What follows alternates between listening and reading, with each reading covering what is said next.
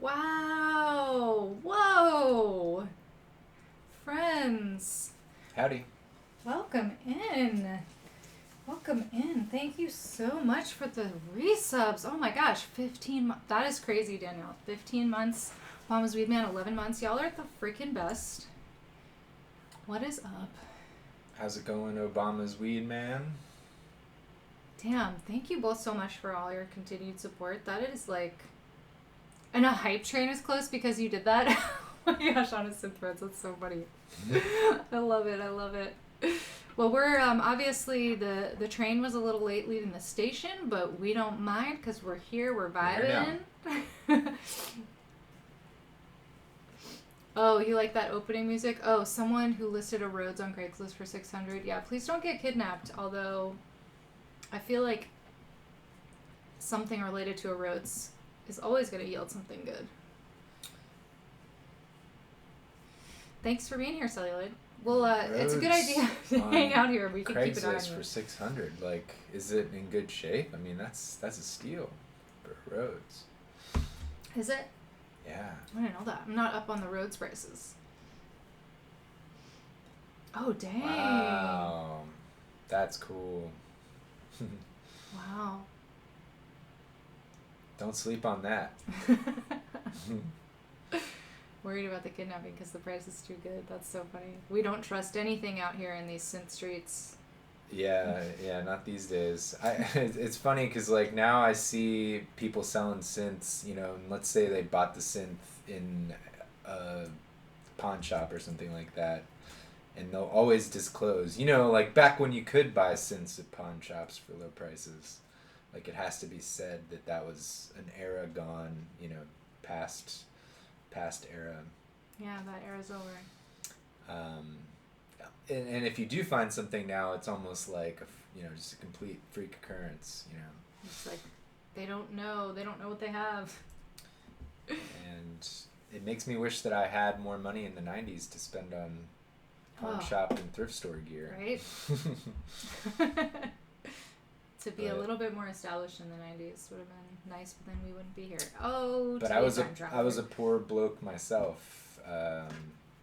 I think I sold my bass to a pawn shop in 1998 and bought a Technique 1200. Oh, wow. Not with the same money that I sold the bass for, but it helped.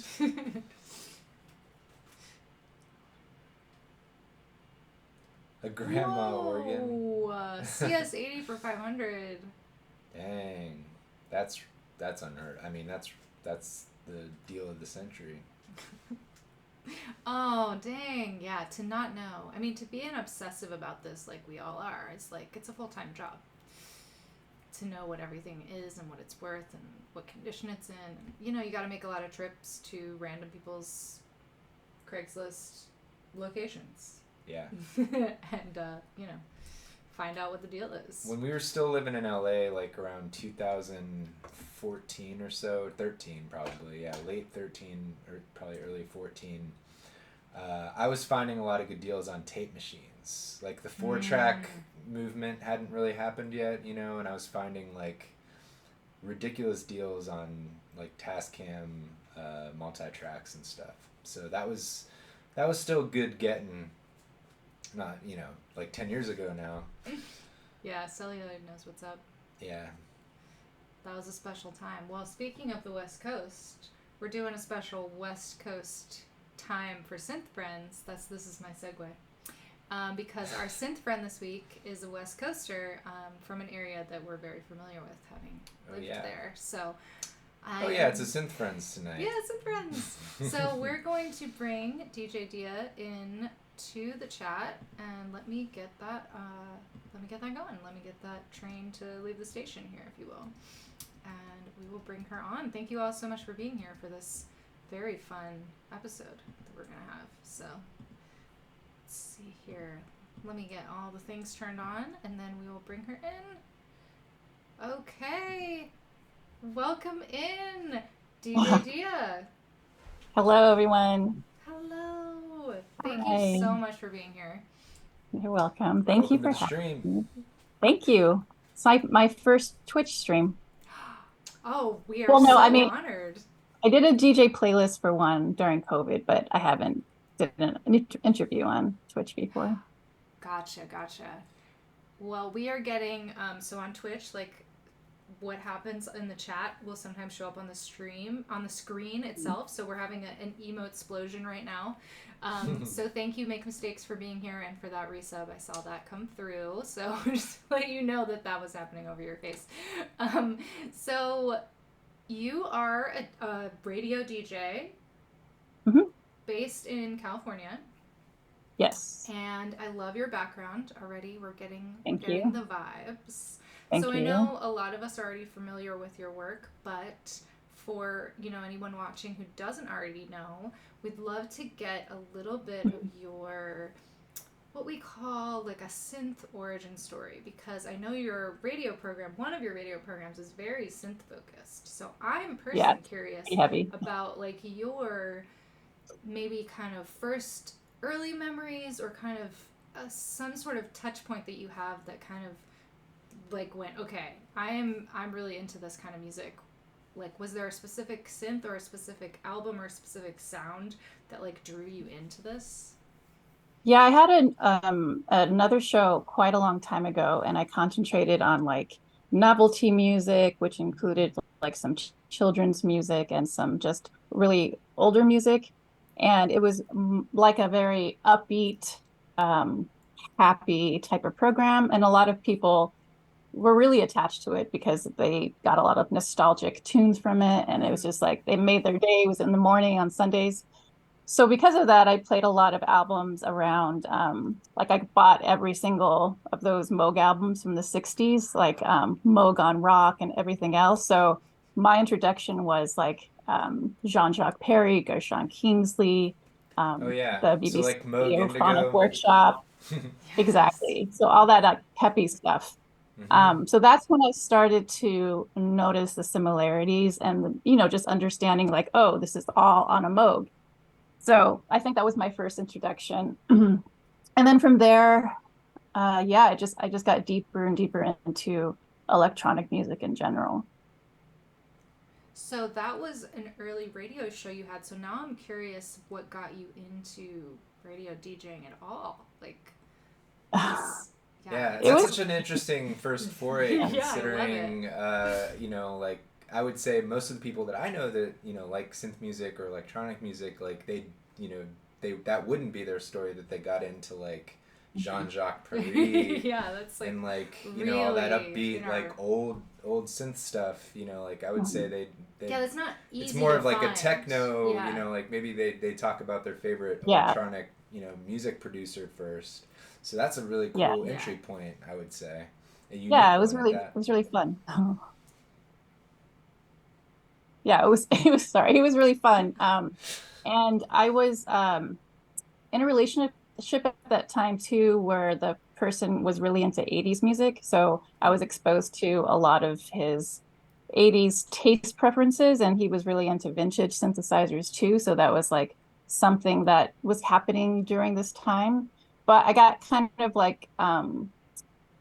just like bored of that whole sound because it was just a very, I don't know, it was just only 80s, It was Mm-hmm. like just John Carpenter. That's the only good synth producer. I'm like, no, it's not.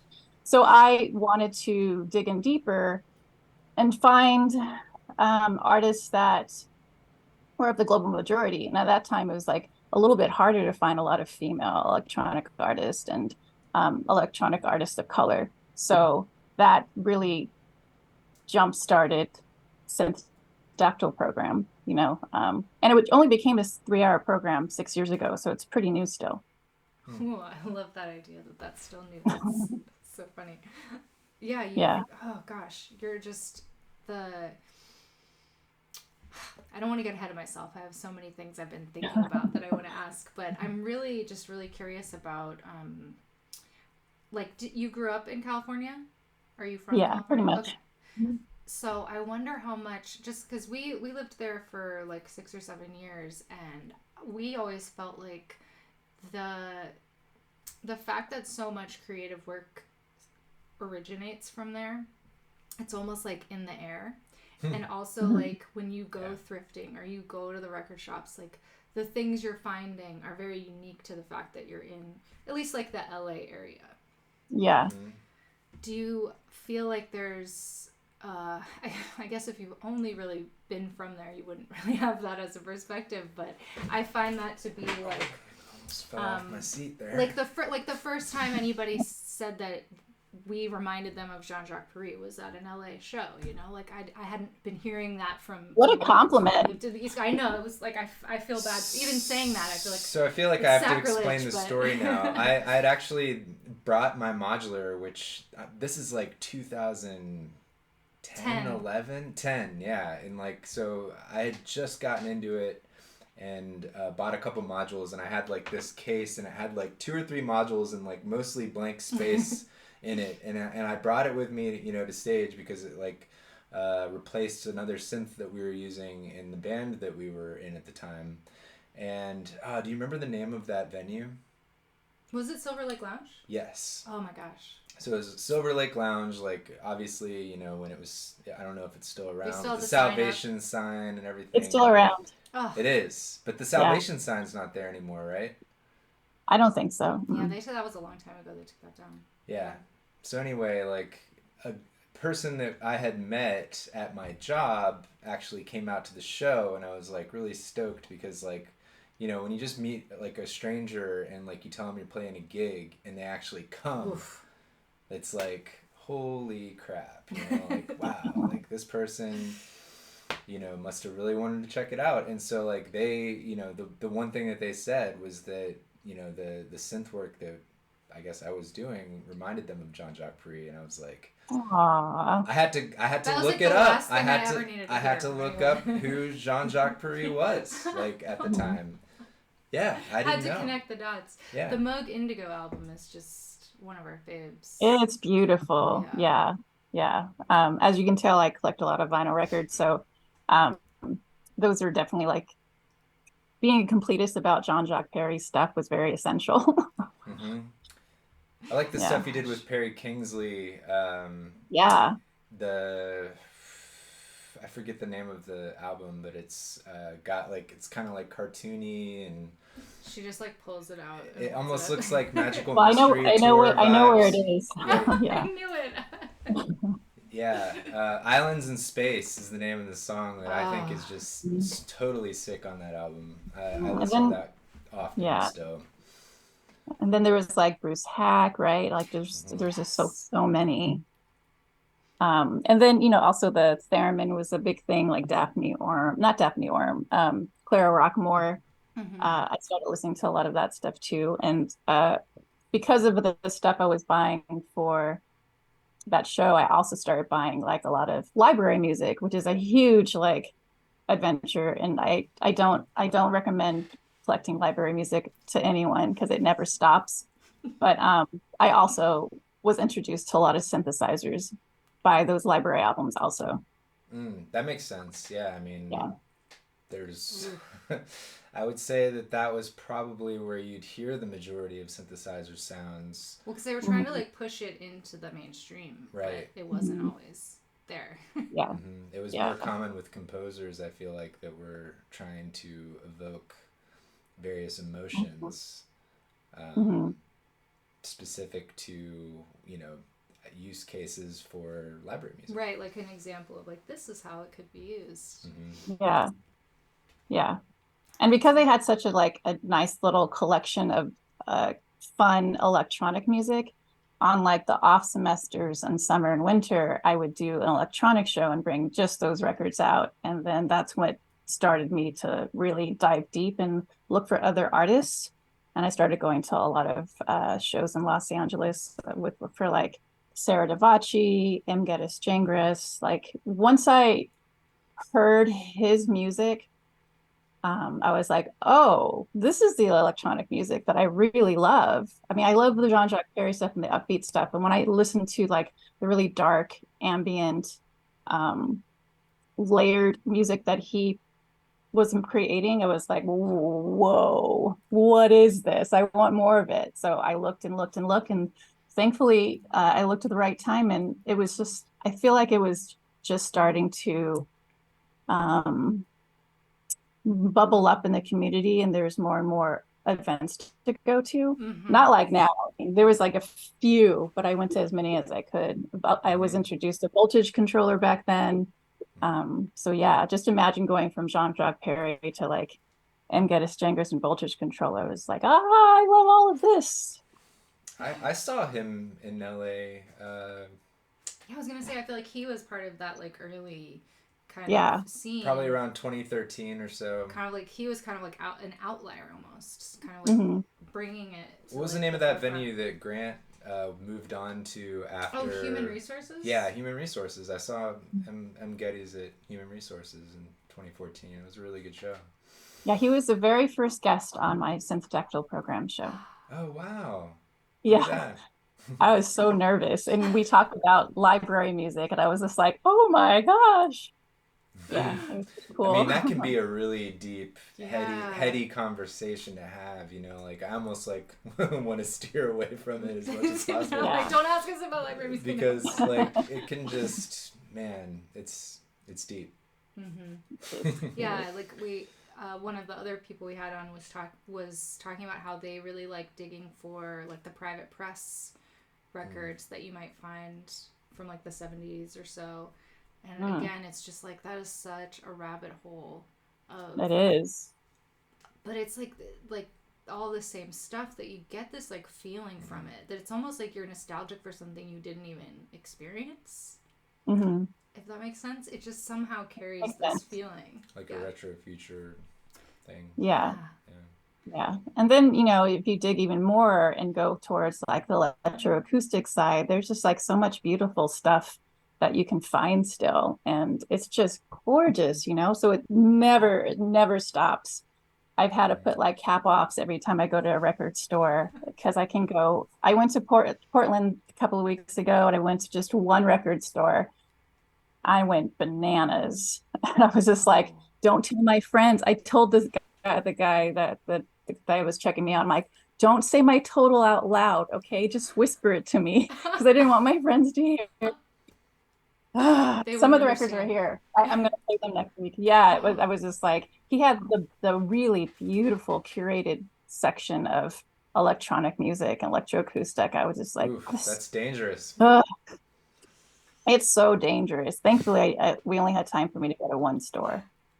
Oh yeah, because Portland has a lot going on in that regard for sure. I think that's why I try to like limit myself to almost like finding things by accident or going to thrift stores and stuff to find things, because I know it won't be as curated, because when you walk into a space that's curated, you're just like, one of everything. I know. Oops. Yeah. I'm almost like, I like won't allow myself that curated space. Like when I see it, I'm like, you know, like, no. Yeah. It's too good. No. I rarely go to those places because it's just so expensive, you know, and it's it's so funny because I try to be like Mount Analog. Huh? Yeah. That's I don't even go near that. That's a dangerous store for me. True story. So that place, its original location, actually was literally below, like right below our apartment in Highland Park. Like we lived in the building right upstairs from their original place. It moved in underneath us. Yeah, it moved in underneath us. And we were like, you know, what is this? Oh my gosh, it's a record store. And then it took like several months for it to open. Cool. Yeah. And we like befriended the people. Little did we know it was going to be all the music we'd want to buy all the time. It's like how dangerous. We had to move. I was like, I can't live above this shop. I was going in there every day. I would go bankrupt. Yeah, I would never get a synth again. I went to Portland like 2 years, like a couple of months before COVID, and I had to borrow my friend's weekender. So like bring my records back. I was so embarrassed. Oh, when you got there, you had to get a second bag to bring that. I did. I had yeah, I was pretty embarrassed. So I also try to limit myself and try to just get records by chance by going to thrift stores, which you really can't find that much at thrift stores anymore because, you know, vinyl is like so sought after. And I used to go to one specific expo through the radio station KSPC. And a lot of the vendors knew what I was collecting, so they would just bring me like a pile of records. I'm like, okay, yes. Yes. Yeah, no pressure, because but here's I know. here's your cart, here's your Because case, here's a milk carton. exactly. But because I have two radio shows and they're very different, they would bring me piles for different types of genres. And I'm like, yes. Which leads me to my question: do you spin vinyl on your radio show? Yeah, I do. Usually the format for both of them is that I concentrate for 1 hour on featured artist and then another hour of vinyl records. And then the last hour is usually some kind of social justice or some related podcast and then some more music. But I mean, I try not to restrict myself in that way, but that formula has worked in the past couple of months, maybe a Mm. year or so. Right, because I Yeah, would imagine like a lot of the current newer artists, unknown artists, aren't gonna have vinyl. So exactly. yeah, you have to kind of mix it Exactly. up. Exactly. Yeah. And I've made some really nice, beautiful friends in the electronic community, some labels, and they are really very sweet and support me. And they send me, digital files and also physical media too, like mystery circles and long form editions. They've been supporting me from the beginning. So they always check up on me. I'm like, do you need the new stuff? I'm like, oh yeah, thank you so much. Oh, Yeah. that's great. Wow. Yeah, yeah. This Sunday I'm going to do an all vinyl set, which I haven't done in a long time. Ooh, you heard it here first, friends. I So have to you, play the stuff that I bought in Portland Yeah. 2 weeks ago to justify the purchase. I was there just you gonna say go. that. Yeah, see, it's for That's my basically job. I why. gotta do Yeah. it. Hmm. That Yeah. makes perfect sense. And when I spin live, I always try to ask for vinyl too. I, Mm-hmm. I I prefer spinning live with vinyl rather than digital. Yeah, Right. much more fun, tactile, like engaging, I think. And even Yes. though like we're living in this like vinyl renaissance boom or whatever, I still feel like when you DJ out with vinyl, it like draws people in more and gets them kind of curious and excited. Mm. I think so. I think so. And plus, as like a shy DJ, it gives me things to do between between songs. I can clean them. I can act busy and stuff like that. Oh, that's a That's good point. that's my Yeah. little secret. Yeah, Ooh, yeah, tips for any DJs out there. That's so shy funny. DJs. I Yeah, love it. It's a good way to avoid requests. Like, just be it like, is. I'm It just is, polishing and my it vinyl. is. The last time I DJ'd was for a punk show, and a lot of people came up to me and were like, "Oh my gosh, what is this that you're playing?" And so that's a nice feeling. Oh yeah. I hope to DJ some. I hope to DJ some venues that I can bring out my electronic records. I did some a lot before COVID. That's always fun. Mm. Hmm. So, how much are you actually DJing out versus with? I mean, gosh, it seems like you put so much work into your shows. I'm just like, I you're also do. DJing out. Like, oh my gosh, that's a lot. I'm really I just like, started DJing out again. I'm very selective this time, just because I want to make sure that I have the energy and emotional capacity to do it because I do put a lot of time in my radio shows. And when I do live shows too, me preparing vinyl for those shows is chaos. I overthink, I overanalyze, I overprepare. I usually bring 1 or 2 hours more of music just in case. You just don't have to, but that's what I do. Same with the radio show. Just in case something happens, I have like options. I just bring way too much. wow. Better safe than Yeah, sorry. I mean. I mean, that just goes to show like how much intention there is in what you're doing, and it's obvious. It's so palpable, um, and so thanks. clear to me that passion for the music itself is there, and just like you said, like you're never done finding something new that inspires you, and I just always feel that when I see what you're up to. It Thank blows my you. No, mind. it never ends, and it's really interesting because sometimes when people message me, they think that I am a group of people and a team. And I'm just like, oh no, it's just me and my obsession with social media and being an activist. I'm like, it's just me over here. Yeah, Wow. no, it definitely is. Like uh, the the level of, gosh, what do I want to say? Well, I would have Yes, I believed just that want to you were a concur. team of Concur. people. Yeah, I would concur. have, continued to keep that rumor alive. Honestly, like I feel like you seem like a team with the amount of stuff that you do. Yeah. Thank you. It's Yeah. yeah, it is a lot. But I mean it's nice to have an outlet for the way that I ingest media, you know. It's Hmm. I'm addicted to it. Hey.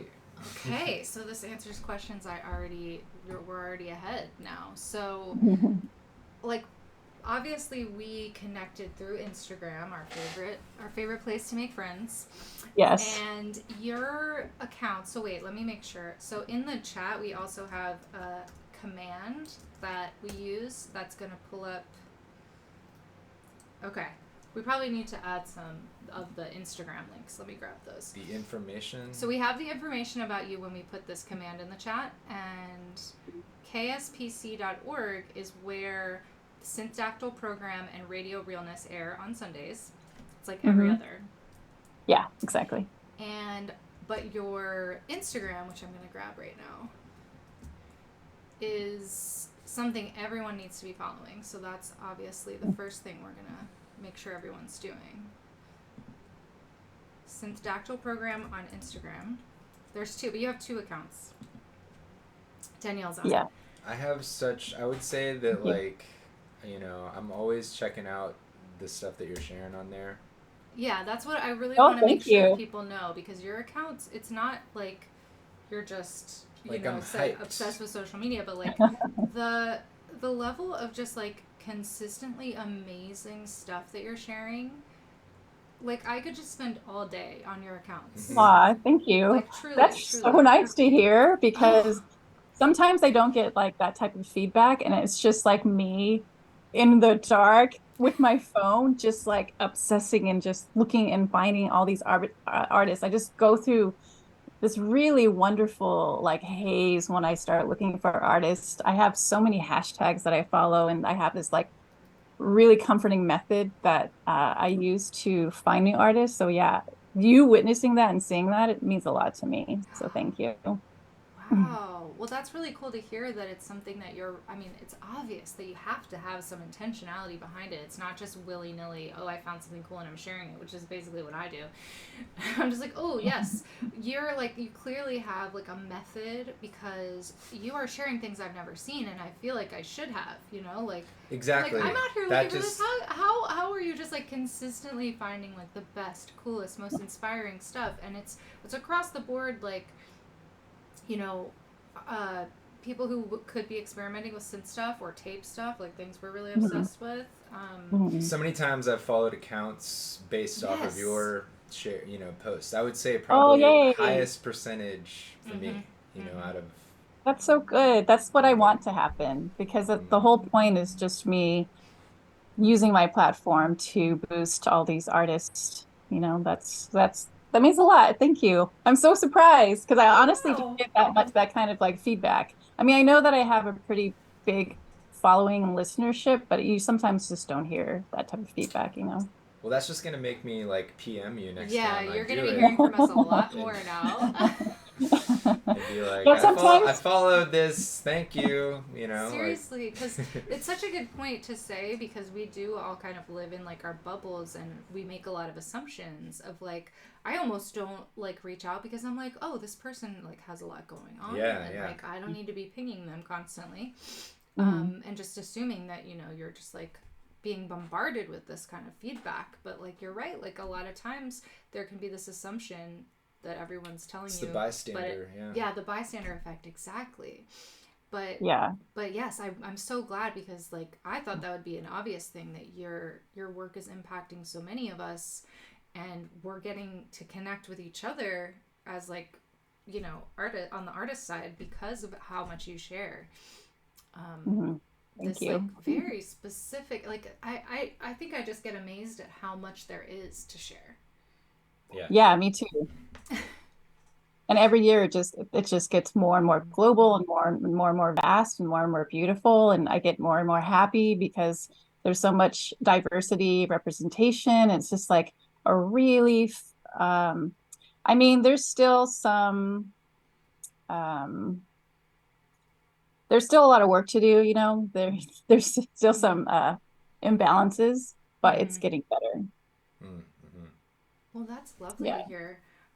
Yeah. Can I ask maybe 2 to 3 of your favorite hashtags that you're finding like don't tell us your method. You don't have to tell us your secrets. I'm Um, just curious. well, I mean, for the hashtags, I like to sometimes look at particular gear, but smaller gear. Like I like looking at SH101 a lot. Um, and I like looking at things that are the vintage Casio keyboards because you rarely see those kind of things, you know. Mm-hmm. Um, Casio and tones. yeah, the Casio tone.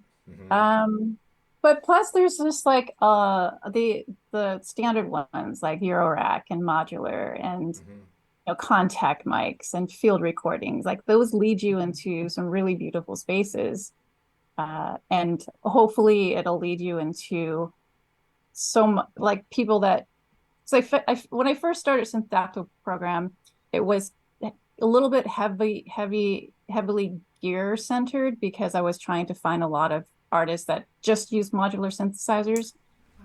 But then as I started to exploring and started to like research stuff for myself, I'm like, I'm never going to be able to afford a modular synthesizer. That's so expensive.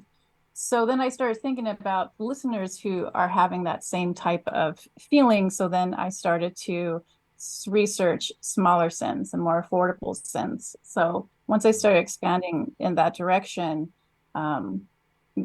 just more artists came up, which I think is wonderful. And I think it's wonderful that you can produce really interesting, fun, beautiful music with just a pocket operator and, a little Korg and a pedal. Mm-hmm. I love seeing that stuff. Absolutely. Yeah. Yeah, Mhm. no, that's a good point. And like, there's so many of those little tabletop synths nowadays, Mhm. compared to their, like maybe even 5 years ago. Yeah, it's And great. you mentioned the SH101. I saw something recently. Are you familiar with the company diA? They do Mm. clones of like the old Roland drum machines, like the 909 and the 808, like Oh, nice. the really popular ones. Mhm. And they're doing an SH101 clone. So What? That's yeah, cool. they'll and it's basically gonna be a different format. Like it's hard to describe, but like it's more of like a tabletop format instead of like a Mhm. key, bed like Mhm. the actual synth. Like it's kind of like the keys are kind of like a 303 keys, like they're little like tabs almost. Yeah, you're Yeah. like pressing I'm them like right now. pressing mine right now, but yeah, they're like it's like more of like a groove box style uh, Mhm. key that he's using. But it's definitely gonna, because it's a DIY project, it's very affordable. I think a lot more people are gonna gain access to That's good. the SH101 sound, and so I was really excited to see that those kits I was gonna say it's a kit. are gonna start going Okay. out pretty soon. I think, yeah. I think he said he Hopefully it's was like, affordable. yeah, I mean, it's going to be one of those things where they'll be heavily geared toward the DIY market, so people that Mhm. have a pretty good deal of experience with electronics. So there's that Mhm. barrier, Hmm. but the price itself, should be a heck of a lot more affordable than, say, like, an actual vintage SH101. Yeah. Yeah. Um, I owned one briefly and miss it, of course. Like Things are always coming through. it was a lot. I bought it a long time ago. I mean, it would have cost me like probably 3 times as much now than I paid for it, back in the day. Yeah. But it's a really good synth. I mean, you can't really beat it for that particular vibe. That's That's a good. cool Well, point though, like the idea that the tabletop things that like fit into the Instagram frame. Yeah. You know what I mean? Mm-hmm. mhm. Like having just like the one pedal with maybe something a circuit bent toy or something like that. Yeah. I love that. Yeah, I can see how that would really open you up to finding uh, more artists, like you said, even globally, Hmm. that are experimenting from that capacity. And I think it lends itself to a specific type of music too, which Yeah, I agree. not like Um, modular can get kind of broad these days. exactly.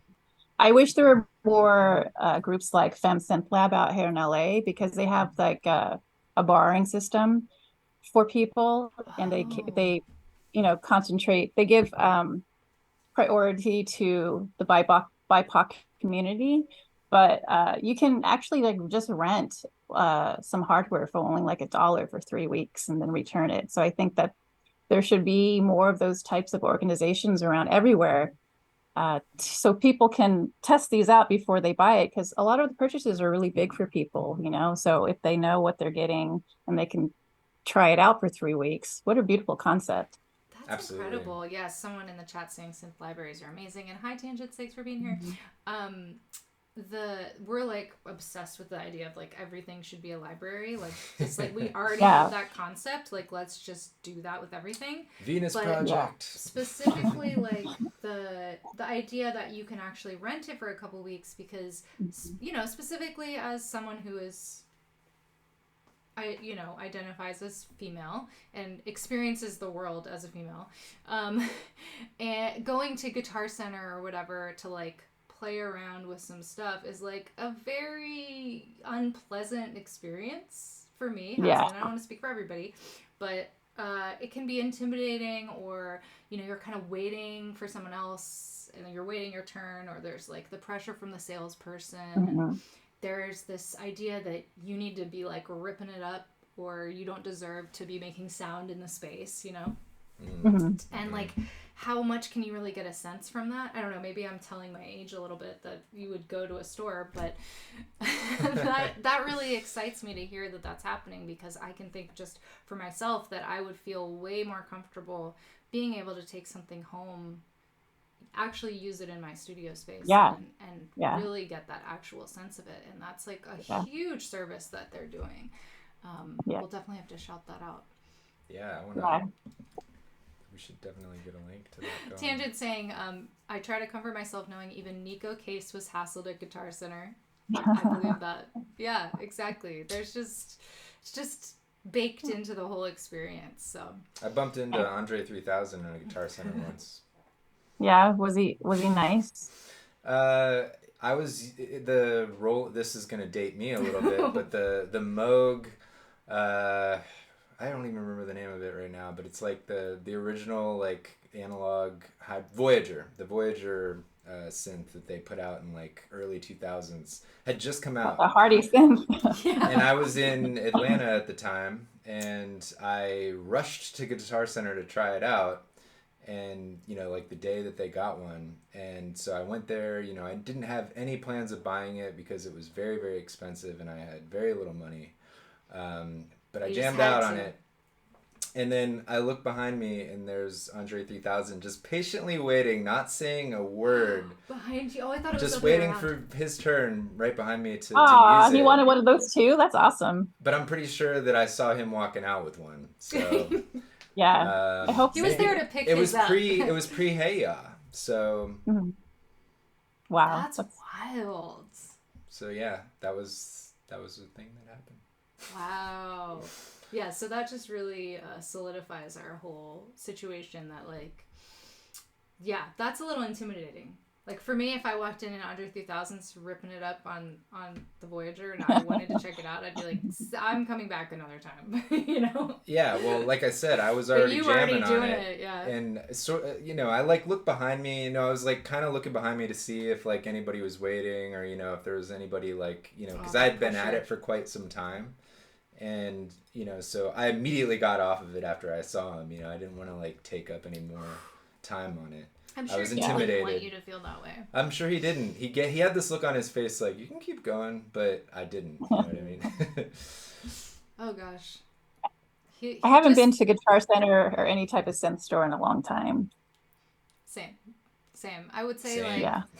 obviously, in the past, like, 3 years, we haven't been anywhere, but probably, like, the last places we were going is, like, if there's like a small synth shop that has more of the curated stuff, like you're either to pick something up or because we specifically want to like go and say hi and support and connect, because it's more like a community thing than it is going to shop at like the Guitar Center of type place, which I don't even know, do do they exist anymore? Are they all going Well, away? the one in our town doesn't exist anymore. Yeah, we know that for a fact. That's for a they funny got reason, though. they got pushed out of business by a bigger company here in town. Aww. Yeah.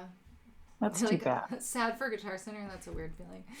But Only in our there town. is, like, you know, with the rise of this music being supported by people like you, and obviously the rise of modular, there is also just like the curated shops that are also about educating people or holding performances and things like that. And so we're having like someone like you come and DJ, which is like much more of a community space, which I'd love to see more of that happening as we all kind of like venture into this new, we're like coming out of our caves, like, is it safe? I know we're kind of still in that phase, but that's what I would hope, is that there's more community driven spaces that have this. You can try it out, you can, you know, rent it, it's a library, educating, bringing people in from, you know, out of town to perform or whatever. So I don't know, I'm just rambling now because I got excited, but exactly.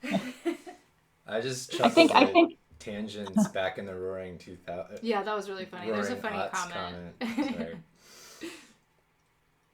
I think more of those things will probably happen. At least I'm hoping they will, because you know, not a lot of people have access to a lot of those things. So to be able to make sure that larger groups have access is really important.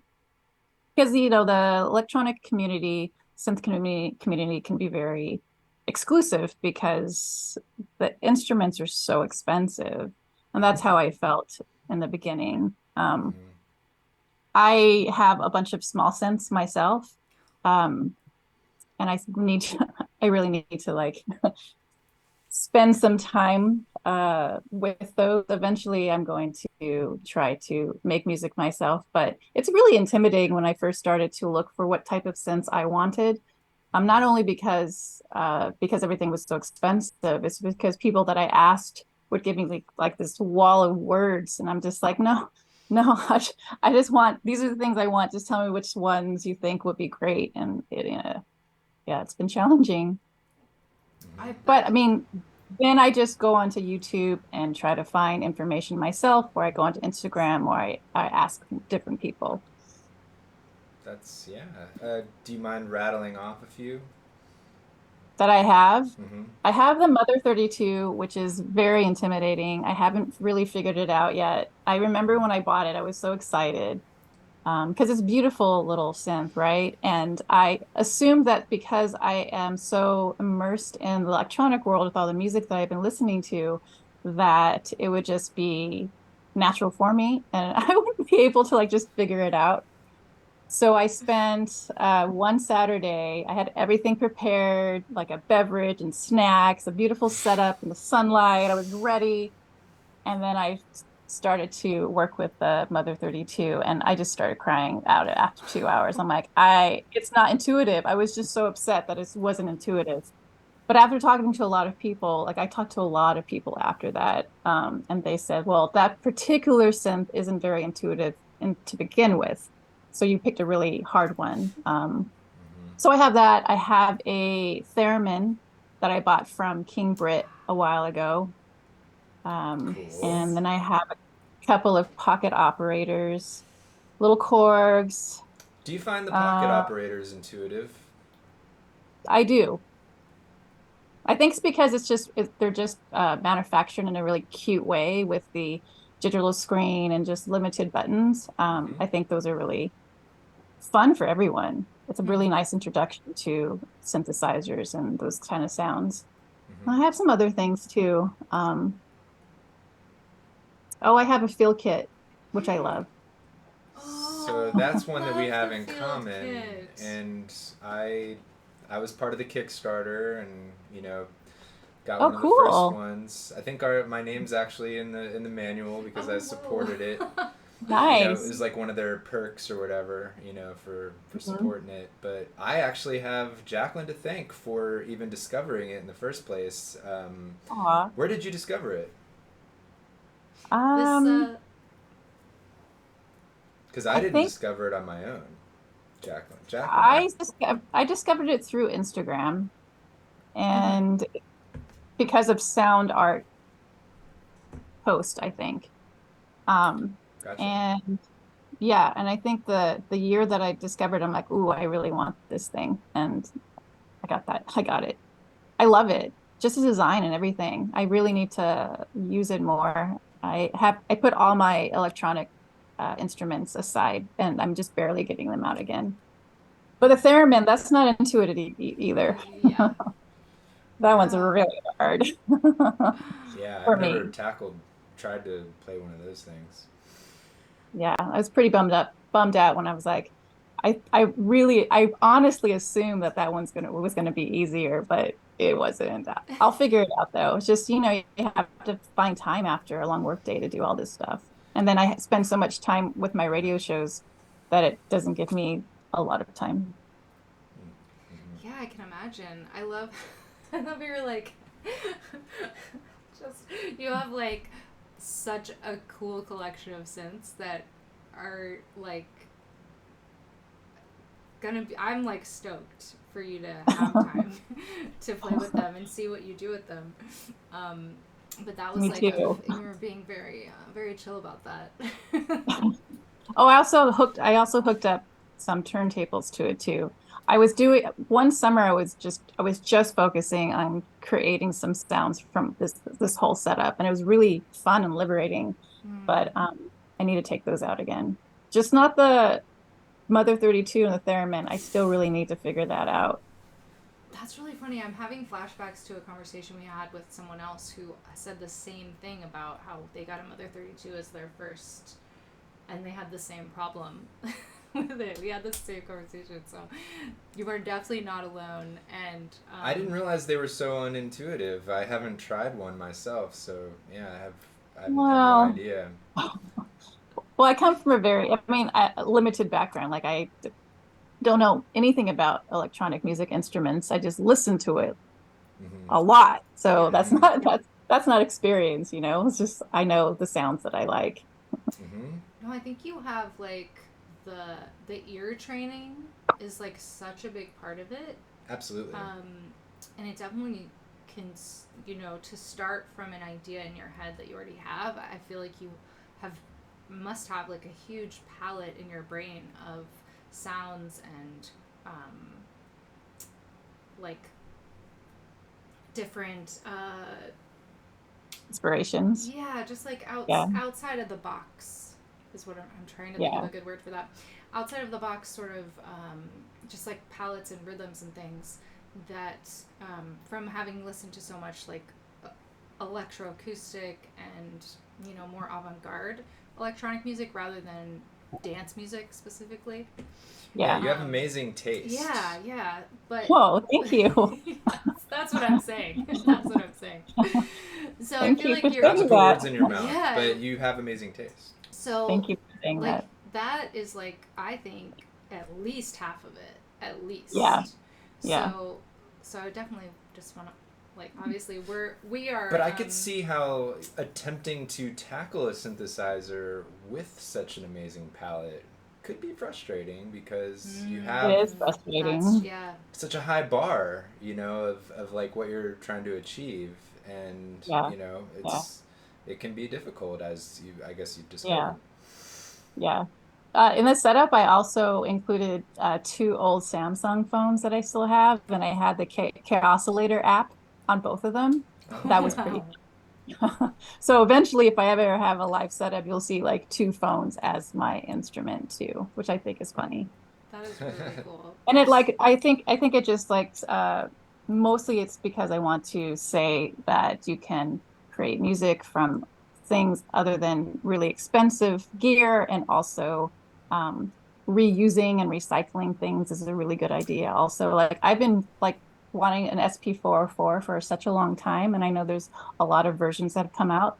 but I'm set that I want a used one because existing in the electronic world, I want to be as it's so hard, but I want to be as anti-capitalist as possible. So I want to Mm-hmm. buy a used one, but I'm still waiting for one that's affordable. Mm. Yeah, I mean they're really cool. I definitely don't blame you for Yeah, that being on I your love that. list. The yeah. effects on that are Mhm. awesome. Mm-hmm. They're like those quality Roland effects. Yeah. So I think I you'll I be love the really way it happy. looks and everything. Yeah. It's Mm-hmm. sturdy. I just love it. Mm-hmm. Well, have And you I ever? would love to create something that's like very unusual with it. Mm-hmm. Are you thinking of maybe the one that has the built-in mic? I think the older ones have the built-in microphone. Yeah, the older one. Mm-hmm. Yeah, that's so cool. Like the fact that you can Yeah. just like record anything, Hmm. with the unit itself. I just thought that Hmm. was such a cool addition, for a Yeah. sampler. It's like, this is a sampling device, and I have like a rack of Akai samplers, from back in the day when I first got into electronic music production, Hmm. and those things are pretty unintuitive. Talk about unintuitive. And they definitely don't have a way to easily sample material on them, and so I Yeah. thought that, like, Roland including a little microphone where you can literally just, condenser mic, or anything that's going on around you, or you can speak into Hmm. it, or you can go, hit a guitar string and record it, like right on the Hmm. device. I just thought that was such a cool, like, immediate concept. Yeah. So I hope that We'll that see if happens I for get you. one. Yeah, Yeah. everyone's saying Yeah. good vibes. So you two are really busy too. You are doing this podcast, which I know takes a lot of time. Because you do any editing afterwards? I love it. Flip the tables on us. Well, it's nice to know like how people balance their time with like Mm. work and outside projects. It's nice. I'd like to know how you all do it. Well, I appreciate that interest. It is something I feel like I um, definitely am always trying to focus on balance. Balance is, just like one of my core things that I'm always working on because I can Hmm. swing very strongly in different directions and hyper Hmm. focus. Mm. Hmm. And then burnout. That's sort of my cycle. Yeah. But for this, like, I feel like why I've loved doing this so much is because it is like kind of an anchor to my life now. Like, we've been doing it for almost a year, which is so crazy. Wow. But Congratulations. That's a long thank time. you. Thank you. It's Hmm. first, like, consistency is something we've been working on as well. It's like, if we say we're going to do something, just making sure it's something we actually want to do because we'd want to do it consistently. Hmm. Um, and so having it be a weekly thing was something we decided on as well because we found a different podcast that we started that's more like long form, just us talking about electronic music history. Hmm. It's like that felt like we should be professors and like have this be our full-time job, and it was harder to be consistent with, and it was just us doing it, so it was like Yeah. we're already alone all the time as it is. Like, that's not really fulfilling, our life's purpose to like connect with people Hmm. and build community as much. So this it can feel like, oh wow, I'm doing something weekly. That's like a real commitment, and I have to make sure that I like am in the right mindset and that I've done all the work to, like, as like, we have to book people to have on and communicate with Hmm. them about what's going to happen and like negotiate with times because everyone's in different time zones. And Yeah. then, like, what's really important to me is that, like, we're sharing your information with people, and we're giving them the right links, and we're letting them know who you are because we obviously feel impacted by what you're doing, and we know other people will as well. So Mhm.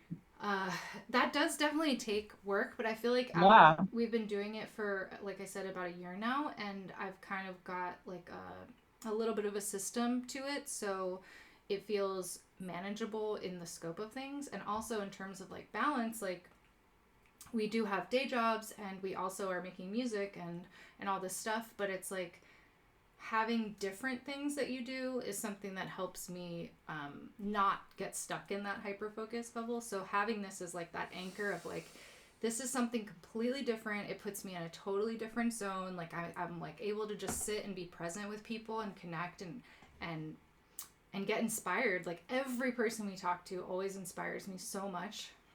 This is the relaxing part like of our week, honestly. It's very fulfilling, you know? Like we always, like after, we're always just like, wow. Like I didn't know I was going to get that out of that conversation. Like we just never know. Love seeing where it's going to go. Yeah, kind of improvising. Yeah.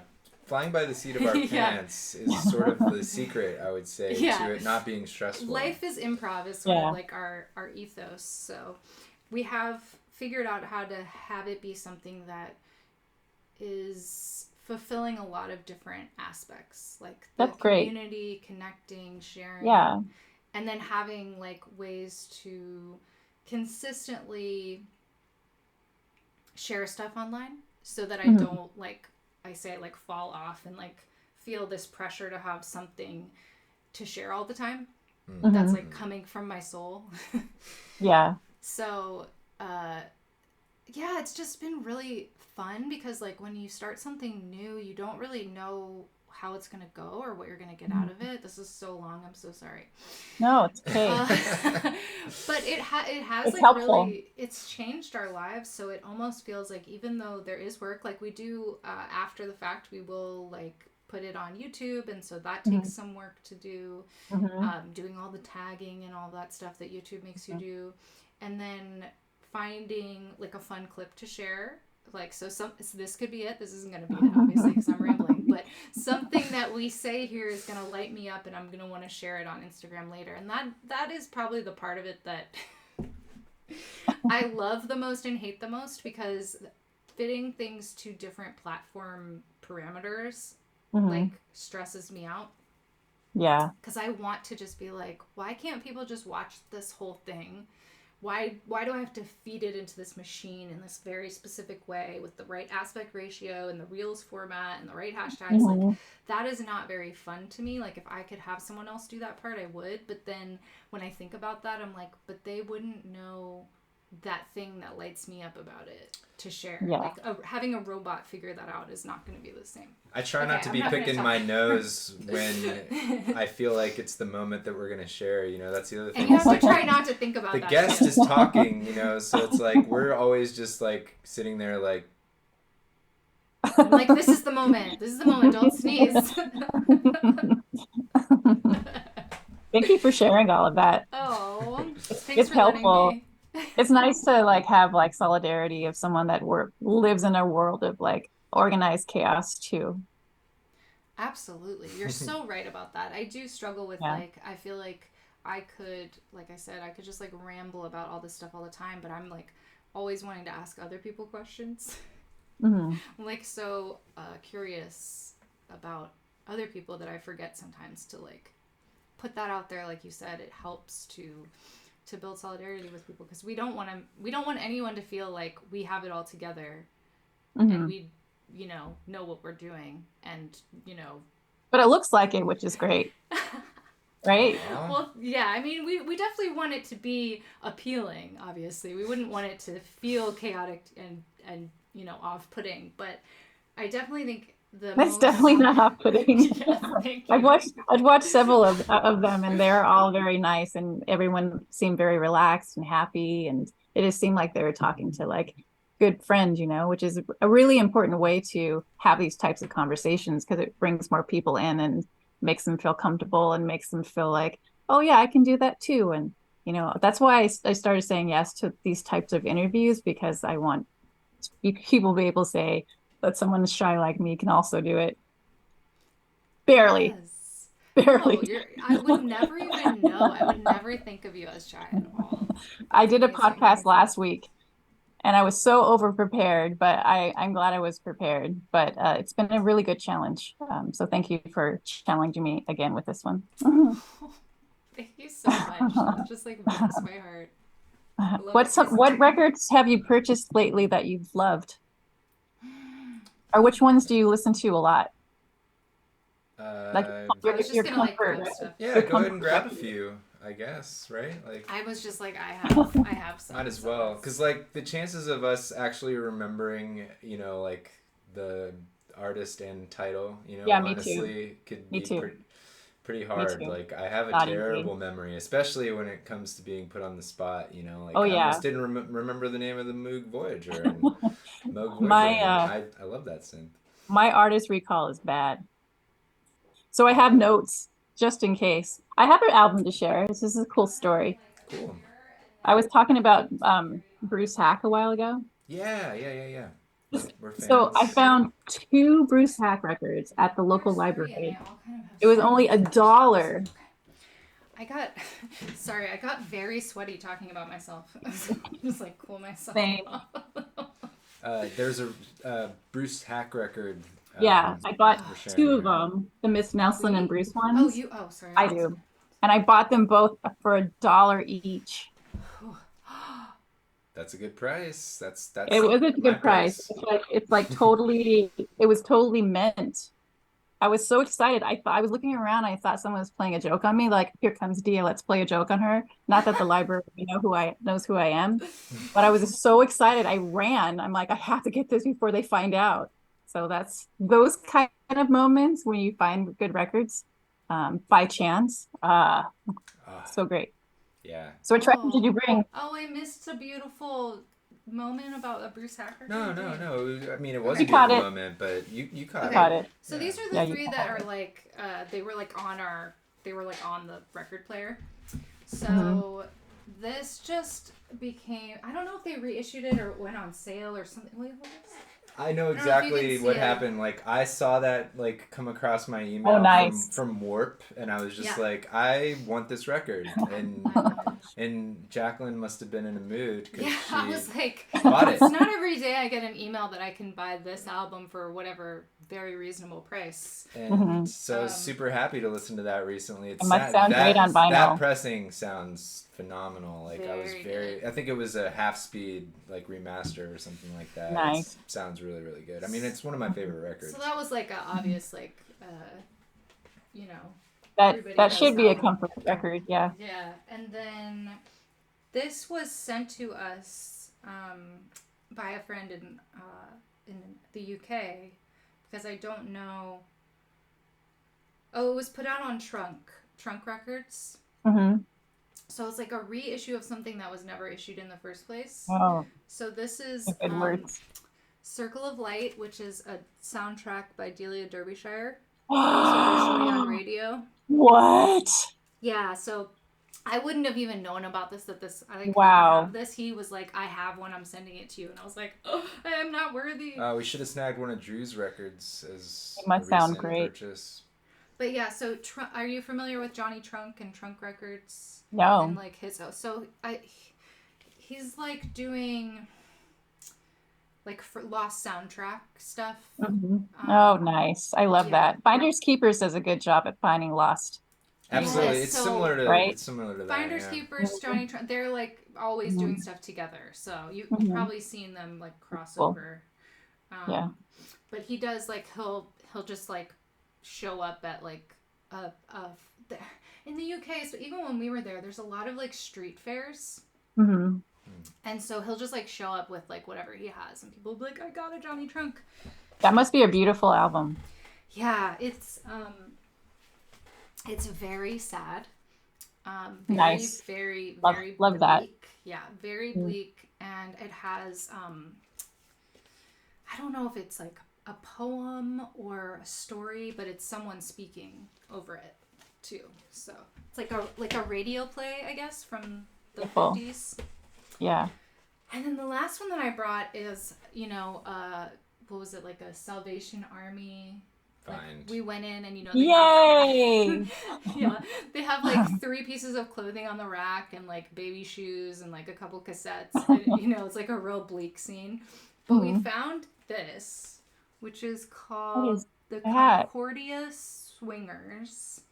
Cool. And turns out it's a live recording From a Lutheran school. of the Concordia Lutheran High School Swingers. And, what a name! I mean, Swingers? And it's like some From a Lutheran school? yeah, like these photos really say it all. They're having the best What? time. They're having the best time. It's Of like course you picked that album up. It is so cool. So, it turns out this is a recording from what year? Does it have a year? It's from the 60s. middle 60s, late 60s, I think. And What? it's like a live recording of this concert and from our like town that we live in. Scratch to hell. Scratch to hell, but still listenable. It's still, okay. Still fun. But we decided to like Google it because we were like, what is this? Did they just make one of these? Like, what? But it's apparently like a very valuable, like it was on Discogs. Yeah, people are selling it on Discogs for over $100. I was shocked. What? And I was like, I paid $1 for that. Yeah, and it's a local school. Like, it's a school in our town. I don't know if it exists anymore because it's from the 60s, but it's very trippy. Mm-hmm. like, So this is just that. Like 60s groovy music? Is that what it is? So like kind of It's like a groovy choir with like drums and bass and Oh, guitar. gosh. And it's kind of like... You know Sounds that era so of good. stuff? You know, like sort of that library music, like lost children's music kind a lot of vibe. cheesy drum fills. Like, you know, like... But just like they're in an auditorium, so it just has that sound, you know? Mm-hmm. So Yeah. that was one of my favorite finds. Impressive. From recent. Wow, that was so fun. Thank you for sharing those. I love talking about vinyl. I know. I'm like, all right. I know you showed one. Just imagine I have 3 of these shelves. Yeah, I was gonna say, Full can we vinyl. get a little bit of a tour of what's going on behind you? And then I have like a half shelf that's just for my 7 inches. Ooh. And then I have like a bunch of cassettes. So it's like me and physical media are just like a lot. Some of these I just bought recently in my Portland trip, but Oh, I see Pauline, the 4 Meditations for Orchestra. I mean, I had to get it, right? Had to. Yeah, the 4 Meditations, it's such a beautiful arrangement. And then on the other side is sound geometries for chamber orchestra, 5.1 surround sound system. Wow, 5.1. Have you heard her Red Bull talk by any chance? Yes. So yeah. good. I love that. I love listening to her. Me too. She's so important. Agreed. I'm so excited. I have the Sakamoto and Toop record. David Toop. Whoa. That was pretty. I was pretty excited about it, and it wasn't that expensive. It was like 20. Oh, 20 done. I had to get it, you know. Yeah. I'm really excited about this one. I got Orbital Patterns vinyl. Oh, we've had was on Orbital Patterns on yeah. Some Friends, and that He album was is on so your good. show. Yes. Yeah, I watched his interview with you. I love that. Oh, He's the best. that was a pretty raucous one from what I remember. Yeah, it was. I got my first Ursula Bogner record. I don't have any of Ursula. Oh, I love that. You know, there are some things that you just have to get because you have to add it to your collection. Collecting vinyl is so dangerous. I know. It's so dangerous. It's terrible. It's terrible. But some new artists that I was pretty excited about. I got this one for only 15. It's for Aisha Debbie. Have you heard of I her? haven't. Oh my gosh. She does some really wonderful stuff. It's more experimental. Hey, And I got that's my bag. Marja Ati, more experimental. This was also only $15. Whoa, that's really surprising. And then, have you heard of 700 Bliss? It's one of More Mother's projects. It's like the yes. more of a hip hop with DJ Haram. Mm-hmm. Okay. Nice. I saw them perform live at King Brit's Blacktronica Festival that happened in October. What is this festival? It was October of 2022. It was called, King Brit's Project Blacktronica. Oh, okay. It was, so that was a festival. That was his festival, and I wrote it down so I wouldn't forget which artist, because it's like one of my favorite festivals I ever been to. It's like he included every single artist that I wanted to see live and introduced me to artists that I didn't know about. I was just like, this is how you put on a festival. But it included 700 Bliss, Susie Analog, Xenia Rubinos, Kolobo, Tyshawn Sori and King Brit played, Jay Words, So it was just incredible. I was just beside myself. King Britt is so important to the electronic community. He's been a huge supporter of me and what I've been doing with the radio show and the page. Yeah, he's been a very shining bright beacon in the electronic world, always giving me like really nice pep talks and sends me cool links to things that he thinks I would like. He's such a great person. Mm. Everyone, please follow Blacktronica and please follow King Britt. Yes, yes, absolutely. Yeah. Wow, that just lit me up, the idea of that festival and just all the other stuff we were talking about with community spaces and having someone who is like curating something but also like really still plugged in at like the human level of Yeah. I mean, not only is he like elevating all these artists and he gets like the big names together and he discovers new artists, but he's also contributing. He has so many rad projects. If you find him on Bandcamp, he's like everywhere. It's just like so incredible. He has this one album, I forget what it's called, but it's all themed around bees. Ooh. So all the song titles are themed around bees, and it is just a masterpiece. It's beautiful. It's beautiful. And he's so humble. He doesn't like ever, he hardly ever uh plugs his own stuff. He's constantly plugging other artists, at least from what I see. Well, yeah, I mean, I feel like for someone to even know that many people that are, on the forefront of things, they would have to be like in constant connection switch Yeah. mode. But it also makes me think about what you do and how important you are to this community and how much you amplify other people's work, especially like when you're talking about how, so many artists are, wondering if what they're doing matters or if anybody's hearing it or if it's impacting them the way they want to, or we can get kind of stuck in our in our like tunnel vision and maybe not feel confident or comfortable about how to even put it out there. And so having, the work that you do to amplify and to share what people are putting out there, I just feel like it's so generous and like it's just so impactful the way that you share other people's work. It's really Inspiring. fun for me. It's fun for me, but it's also part of my core value system of being an activist, just advocating for other people and advocating to make sure that people's voices are heard, music, otherwise organizations. That's truly important to me.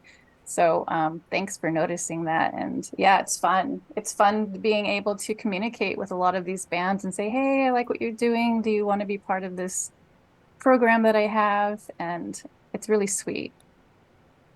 Yeah, I can relate to that as we, have like this little space that we have to connect with people here always feels so cool, especially when someone's like, "Oh, I've never been interviewed or I've never been on Twitch or, I've never done a live before." And we get to like hold that space with them to be Yeah. that and to show them, like you were saying, like it's okay. Like there is no need to present in any kind of way. Like you can just be yourself, and like that is more than enough to have a conversation, to inspire someone in the chat.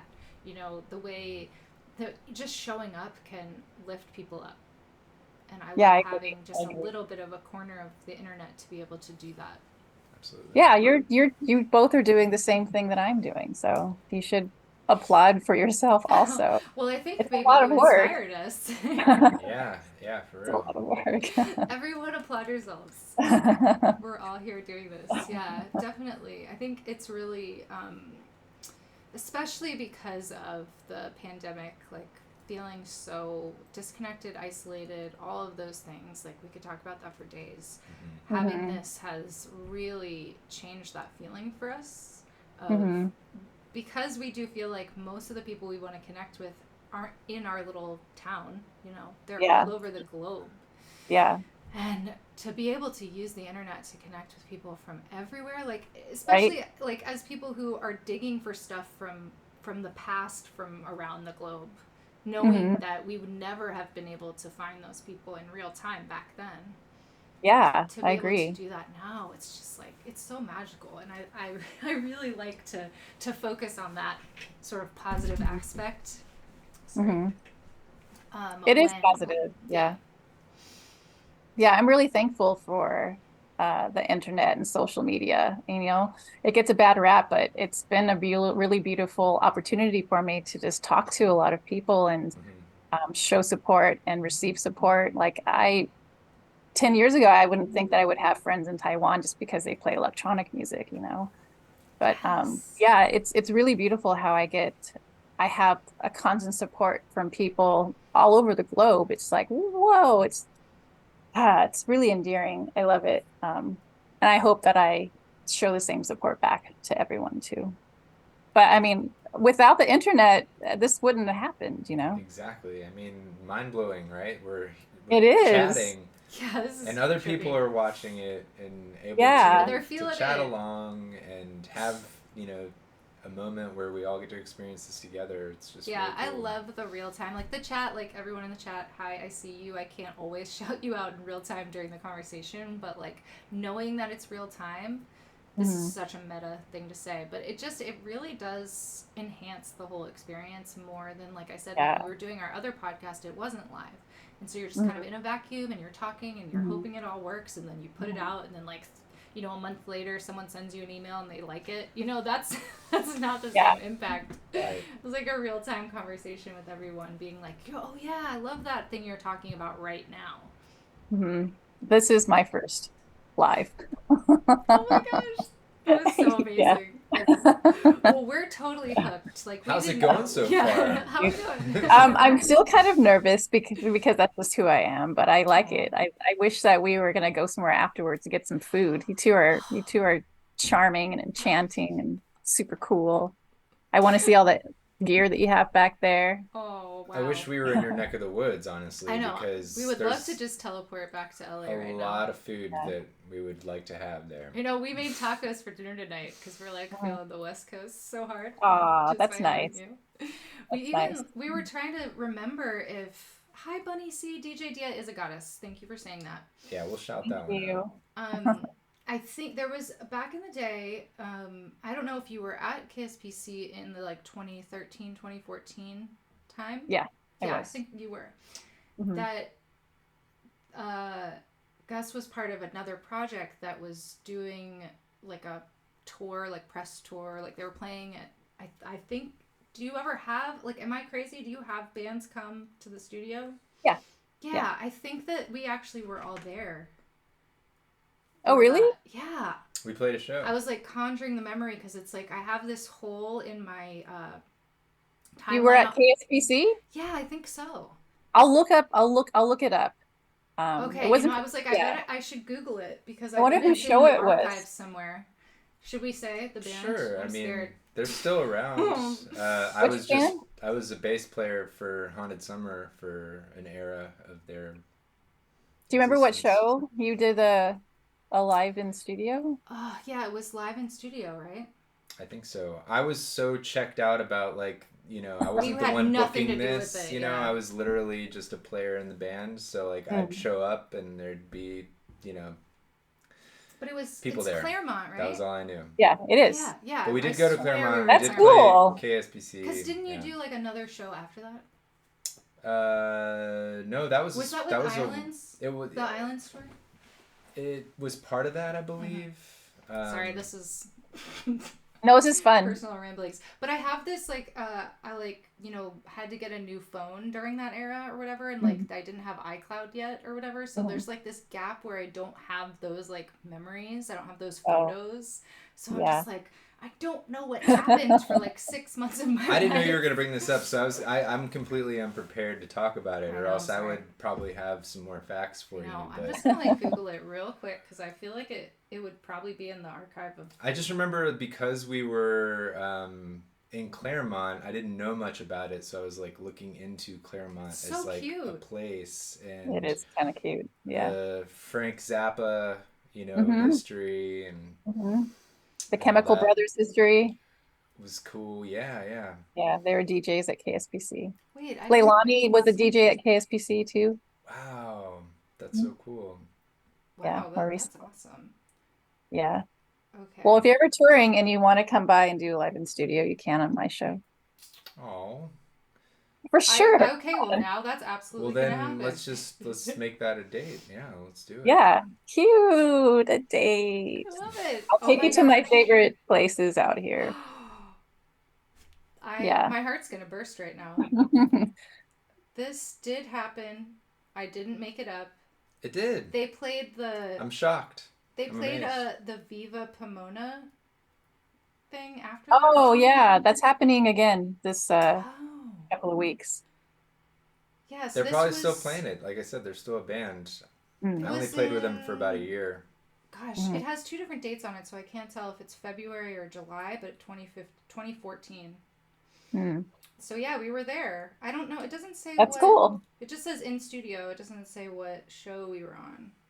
I was just I there. have all those songs running through my head. Like I didn't know you were gonna bring up that band. Yeah, Like, yeah, it was now in I'm all February. like February of 2014.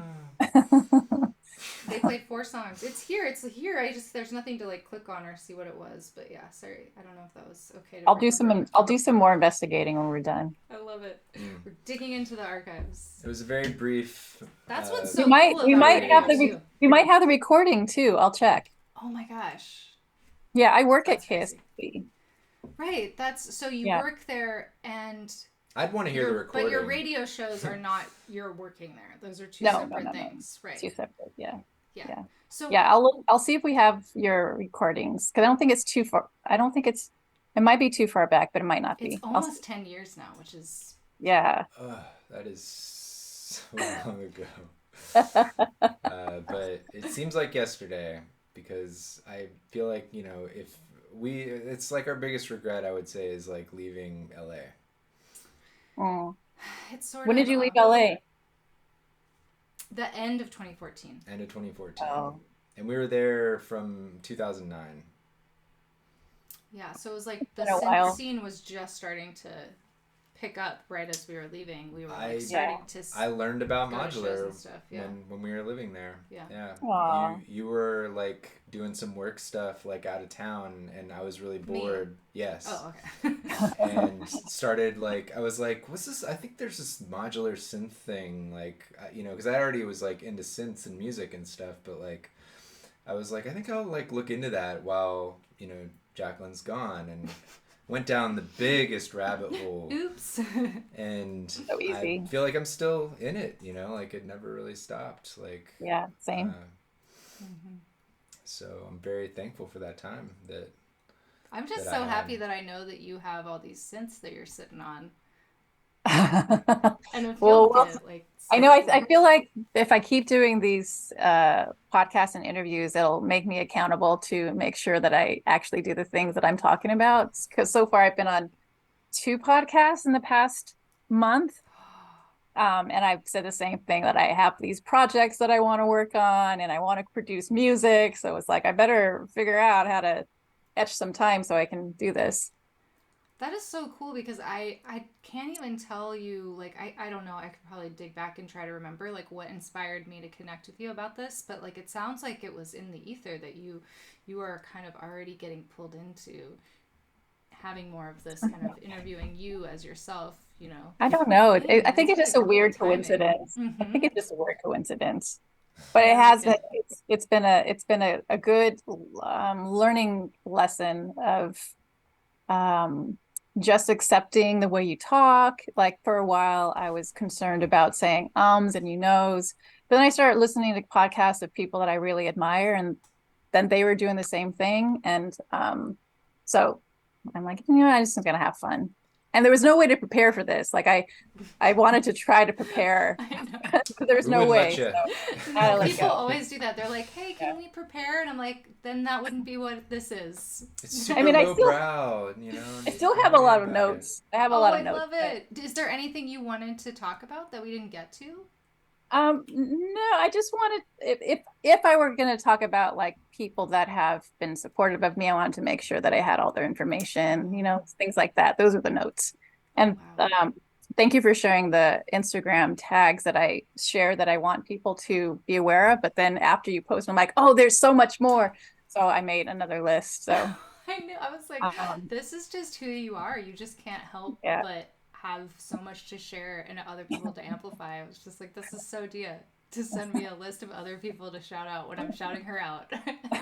I want to freak out about this synchronicity chat I thing. know someone in our chat like always pops in like at just these very synchronous times. So hi Jacques, it happened again.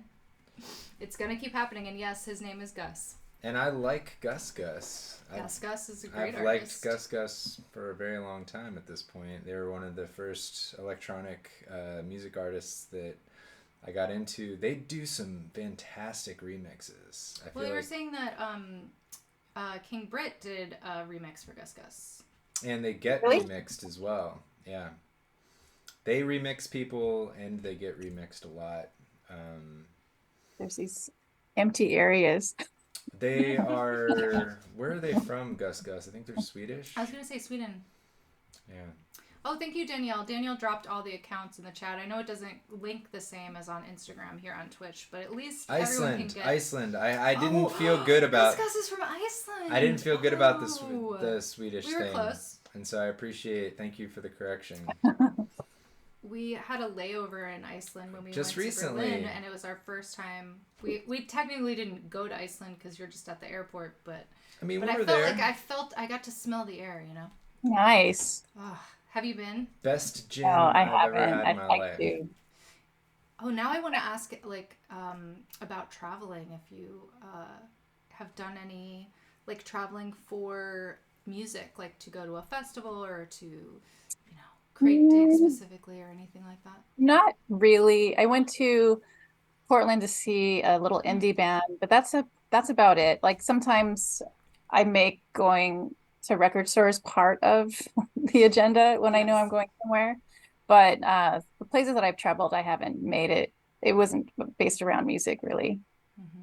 But like, I mean, everyone knows that if I'm going to travel, we have to stop at a Sanrio store or a record store. Perfect. Are those still around, Sanrio stores? Yeah, there's still a few around. There's still a few around. I know. They're not as many though, unfortunately, but they're still around. You still love those. Still do. I was gonna say, living in the LA area, like there's already so much to explore that you don't necessarily need to go out of town to do stuff like this. That's true, but I mean, traveling is so nice. Like I'm hoping to be in Japan in 2024. And of course, I'm going to try to go to record stores and the record bars and the modular on the spots out there I want to see. So that's going to be a dream come true. Yeah. Wow. That sounds like a beautiful trip. So again, everyone, send good vibes. I hear that the pawn shops are still good pickings in Japan. The thrift stores out there too. Yeah. But can you imagine going to modular on the spot Tokyo? No. That would be so cool. It would be so cool. Like just the spot. Well, I can't even imagine what the spot would be. Yeah. Like the spot. Just being there would be insane. We've never been. We've never been. Always wanted to go. That's our next. Yeah. I went to Taiwan a couple of times, and I went for a Buddhist pilgrimage, and the Buddhist nuns, they knew that I was really into music, so they made sure that during one of our fun part of the trip, the whole trip was fun, but a lot of it was like meditation and stuff. But the traveling part, they made sure that we went to a record store, which was really sweet. Yeah. But they're like, okay, you can only be in here for 20 minutes. I'm like, okay. They gave you a time limit. It's like a game show at that point. Yeah. I was like, Supermarket Suite. Really... Yeah, it was. It was really nice that they carved out some time for me to go to a record store or a music store. The Buddhist nuns made sure that you got to go to a record store on your pilgrimage trip. Mm-hmm. That's the most beautiful thing I've ever heard. It was. It was really sweet. I'm like, we don't have to. They're like, no, we know you like this. And I was taking a lot of field recordings there during that time too. So they were very, very supportive. They're like, come here, take this, take this, take this. Don't take this. I'm like, okay. So that was a really nice trip. So I guess that trip involved a lot of music because I was capturing field recordings. Wow. Okay. Yeah. So you've now let the cat out of the bag that you have these field recordings. So now I'm gonna be I expecting know. something from that. No, not I a know. pressure Too. thing, but just like, oh, you have piqued my curiosity. I know. I mean, that was the whole reason why I was collecting those, was because I wanted to use them in creations. Mm-hmm. Do you ever mess around with tape loops at all? No, no. Should I? I Hey, mean, you know, I'm a follow fan. your bliss. um, It's it's one of my favorite ways of like messing around with field I was just recordings. gonna I would say say it like does go hand in hand with that. like for instance, if I were to capture some field recordings, on vacation, I may record them to a tape loop, and then I use my field kit to control the speed of mhm. a cassette machine. So I Cool. would use that to like slow it down and get that really like weird. You should make a video about that process. You're Yeah, right. you I should. should. I should. More things to do. Yeah, I know, Yeah. right? No, I mean, Like, hey, can you make an album with your field recordings, please?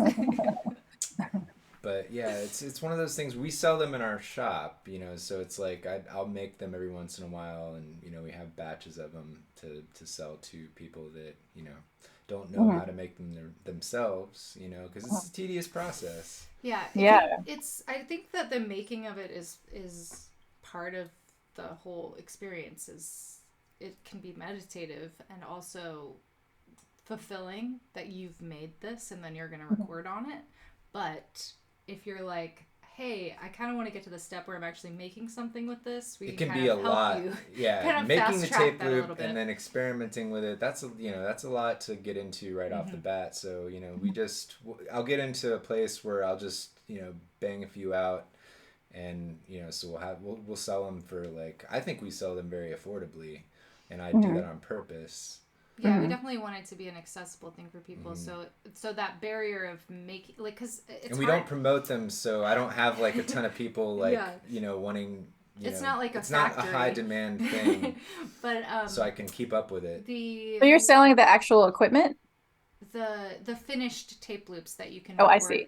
I record see. on. So Yeah, like because we have to like source the shells, and so You know. because we're doing it, Oh, we cool. have this like stuff. this kind of thing. But people will reach out to us and be like, "Oh, I want to make those, but like that barrier is there of like getting the Yeah. materials and knowing the right length and having the skill to splice and tape them together right and put it into the shell right." Time. It's a process that if you wanted to do it, it's really fun and fulfilling. But we wouldn't want that to be a barrier to somebody. We want it to be accessible, that you can play with Mhm. it, like the Mhm. experience of recording to it and then playing with it, manipulating it with like a field kit. I mean, that's the fun part. I would love, if we had the ability to have a space. Oh gosh, I don't want to get too far off of my dreams, but just like to be able to do workshops where people Yeah. can learn how to do it with us and then take one home for themselves is something. Yeah, or just like online workshops, because a lot of the That's workshops that I attend are mostly online. Like I took Ableton intro a couple of weeks ago or last month, and it was online, and it was the best. Oh wow, well, that's a Yeah, good one.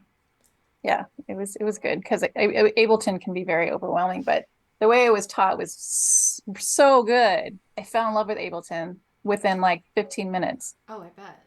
Hmm. Wow. Oh Yeah, yeah. especially if someone's there to kind of guide you through the Yeah, overwhelm to just yeah. getting So, something to happen. It's so Yeah. deep now. Yeah. I mean, Oof. mhm. I got into it when it was like on version like 3 or something, so it was a pretty simple program back then. And it's now like, so much more going on with it. I could imagine it would be pretty overwhelming. But if the person was able to get the information to you and make you excited about it, that's awesome. Must have been a good Oh teacher. yeah, because that is a really groundbreaking. Talk about accessibility. You know what I mean? Like for people to have that at their fingertips is. And they really just went incredible. standalone with the new push, which I think is really exciting for people who want Yeah. to kind of stay out of the computer but have that system. I'm not gonna lie, I was super intrigued by that when I heard about it. I Yeah, was like, it's really cool. it's expensive, so it's on that side of things. It's so expensive. And I won't be buying it anytime soon, but yeah, Yeah. it's so cool that they did the standalone thing. Yeah. I bet a We're, lot of people would join your workshop if you had that online. Oh, wow. thank Yeah. you. Thank you for letting, kind of helping me get over that. I can't do this. There has to be all this other stuff. I could just do it Yeah. online. I'm already I doing mean, it online. plus it makes it so much more accessible because a lot of people, don't have like that mental space to drive during the weekend or drive at night. So I Yeah. love online things, online accessibility. Hmm. Mm-hmm. Yeah, Yeah. definitely. And like the people that we'd want to reach are probably not all in the same location. There's going to be somebody on this side of the globe and somebody over here and somebody over there. It's not going to be, oh, we all live in this town and we love tape loops. That would be Exactly. so weird. It's so And good for special you can interests pre-make too. kits, Hmm. beforehand. So if everyone has access, I do it. I would join your workshop. Oh, I love this. Oh, that's All such a Yeah. right. cute Well, idea. that's an All right. idea. Well, everybody, you heard this. So obviously, we're gonna, if you're into it, send us a little message, and we'll get the encouragement we need to actually do it.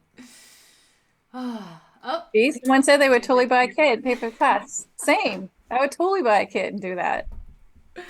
Wow, I guess I'd never like you know how it is. Like you got a Hmm. lot of ideas. You don't know which ones you should focus on. You're not Yeah. sure what people are going to be into. It's a lot to kind of like have an idea and then share. For me personally, Hmm. to have something in my head that I care about and then to Yeah. put it out there can feel like scary for me. So it's almost like as soon as I put it out there, it's not mine anymore, and then it's other people's, which is a good thing. But it in my head, it's like, but what if they hate it, and then nobody wants to do it, and then like now my feeling about it is gonna change. Tangent brings up a good point. I think the most important element would be decorating your tape loop That's after a you, really good point. like customizing it. Thanks. Thanks for saying that. I like that a lot. I want 300 Sanrio stickers. So yeah, Okay. that's a dream. Send them to me. Well, now we know all the demands. I love it. Maybe put it in the vortex. Oh, thanks, Obama Sweet Man. That's a good idea too. You know it'll go in the vortex. It's totally going in. All these ideas are going in there. We just recently created this space that we're calling the Vortex, which I guess would be kind of like a Patreon, like Hmm. similar. But we don't have just like, I feel like when you start a Patreon, you have to say, like, we are creating a podcast or Hmm. we are creating music. And we're like, we're doing like a web of things. And I Hmm. felt like we needed to create like our own space for it. So that's what he was referring to with the Vortex. Origami swan box of tape loops. Oh, I won't bring it up, but Gus is very good at origami. It was my little kid obsession when I was a child. I had a lot of free Pretty good time obsession. Yeah. and I moved a lot. So Hmm. because I moved a lot, I didn't have like a lot of friends, and so I got into origami. Yeah, it's a portable fun time, right? Yeah, And you can do that when your mom like takes you on errands you're not that into and stuff. I was just amazed at how many different items could come out of a square piece of paper. Like I just thought that was Hmm. the coolest thing in the world, that you could mold this, square piece of paper into unlimited, it seems like, Hmm. Were you things. excited the first time you saw Blade Runner and there was like an origami Oh yeah. in it? You're like, Any that's any me. more exactly, yeah.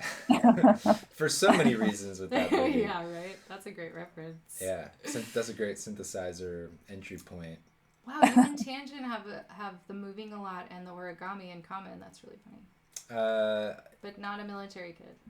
I was not a military kid. I got asked that a lot. But yeah, my parents just changed jobs and liked to move a lot and just loved pulling me out of schools. And Aw. I know, what a little Gus. I know this is sort of my This is childhood getting trauma real. This is getting real. area. So Aw. like, yeah, I don't know how long I want to stay on this Aw, topic. but see, but it helps Tangent feel less, like that was just Hey, her. if it makes you feel like you're not alone, then I'm happy to share the story. And it's nice that you found something that was creative to like immerse Yeah. yourself, Oh my gosh, yeah. If it right? wasn't, I'm definitely like, not to talk too much about myself here, but like I'm definitely the the person who, found art, and embraced art because I was lonely and had to move around a lot and stuff. So it played a big role. Same with me. Art and music was a huge comfort and support factor for me growing up. Mm-hmm. So yeah, I'm glad that you found that too. Yeah, it's been really good in my life for sure.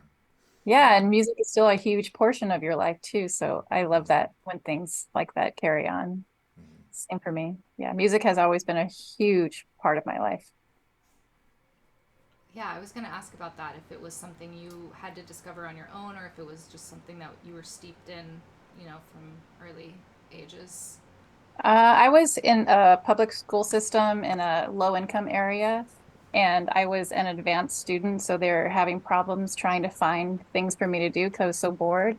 And we didn't have access to a lot of things, but they did have access to music and band. So they hooked me up with the clarinet, which really changed my life. So that's when I really started to really feel how music is very important, very healing. And then when I joined marching band, then I realized like how important community was because I mean, marching band was a huge deal for me in high school. Oh, So yeah, so from the very beginning, I started clarinet when I was maybe 10. So that's really, pretty young. Yeah. Yeah. We don't have extra curriculum for you to do, but here's a clarinet. that's pretty, wow, that's interesting. What a Yeah. choice. Yeah. It was a nice choice. But then I moved when I was a junior and I didn't like the marching band uh, that the new school had. So then I turned to art, painting, and photography. So that became something super important too. Oh, okay, we learned Yeah. something new. That's Yeah. awesome. Is that Yeah. something But I you're was still I was continuing to collecting do? records back then too. So it's Were you always been a doing huge film part of my life. photography? Yeah. That's so awesome. Yeah. That's such a fun process. Mm-hmm. Yeah. It gives you something. I feel the same way, like about that as with, creating sounds. Yeah, that's one of patching your and stuff. things. One of your Like passions. just getting lost in the process of making Mm-hmm. things, not necessarily Mm-hmm. being like I have to make this so I can put it out. It's like the actual process that you get lost in is the fulfilling part. Mm-hmm. And yeah, film photography is so fun because you literally don't know what's going to happen. Like you hope and you plan and you expect, Yeah. but Yeah. you don't really know. And then Yeah. the joy of that for me is like really Yeah. inspiring. I think that's Yeah. the most inspiring thing about tape loop stuff too, is that it's just so like unpredictable. Like Mm-hmm. like the idea of like Yeah, it's not capturing like something on the recording tape loop. something into Ableton, you know that it's going to sound the way you recorded it in, right? It's going to Mm-hmm. be different. Yeah, it's just so like random. Like you never know what's gonna make it onto the tape, and like Mm-hmm. and then you hear it back, and you're always like amazed at whatever it is that you end up capturing. Ooh, I like And that. yeah, Yeah, it's the just, medium itself, I think similar Yeah. to photography, dictates Yeah. that random unpredictability, and that lights me up because we live in such a like structured society at this point where it's like input is output and very binary, and that gets me very frustrated. So I think that's why we've held on so much to the analog. People have a lot of feelings about that they tell us about every day. But it's called every name not in the book. like we don't Really? think we're cool because we do this. Like we're not doing it because it looks cool on camera or because we think we're better than you or we're elitist or something. Like sometimes people think that, but it's truly just because like we need to break out of this like this box of like knowing how everything's going to turn out. Outside of Wait, the synth people say community. people say negative things about you because of Oh, what you're doing? yeah. Well, That's fine. I mean, outside I mean, of like I the get synth, it. I get it. The synth community it's is crazy. so supportive in that regard, like but like outside of that, I would say people get like angry about the idea of you recording to analog in this digital era. They They make a Oh, lot I of see. assumptions it too. infuriates A people lot of for some reason. assumptions about, oh, you think you're better than me because you're doing that. Like I can do what you're doing with this other stuff, and I'm like, yeah, then you should do that. But this is what I'm doing. Why do you have to negate what I'm doing to say what you're doing? Like, Or can just we why? all? Like, Yeah. why Like, I would don't you? think we're putting It's out there that we think inferior, you should do things Why the would way you we're do doing it? them. Yeah. Ugh. Creativity is Yeah. a huge spectrum. I just don't understand why anyone would be like angry at you because you're Right. doing it one way. Yeah. Like a lot of people share their frustration with me about because I have physical media, and that's a big thing, and Oh I'm yeah. like, it's fine. It's not hurting you. I just choose to have physical media. It's no It's big not deal. hurting you. Yeah, If and you the want to be a anger is minimal, along. yeah, The anger we right? experience is along those lines Yeah, too. very. Yeah, Yeah, I Sort yeah, of totally know just what you that mean. greater, like, physical yeah, media versus like why not yeah, just have the files and the streaming exactly. is sort of the Yeah. Yeah, root of where that I think that anger comes from, and it's just like, hey man, like, We're all making our choices. We're all doing our thing. Like, yeah. we're yeah, not Let me telling anybody be what to do. let me be a maximalist and you can be a minimalist and we can both like each other.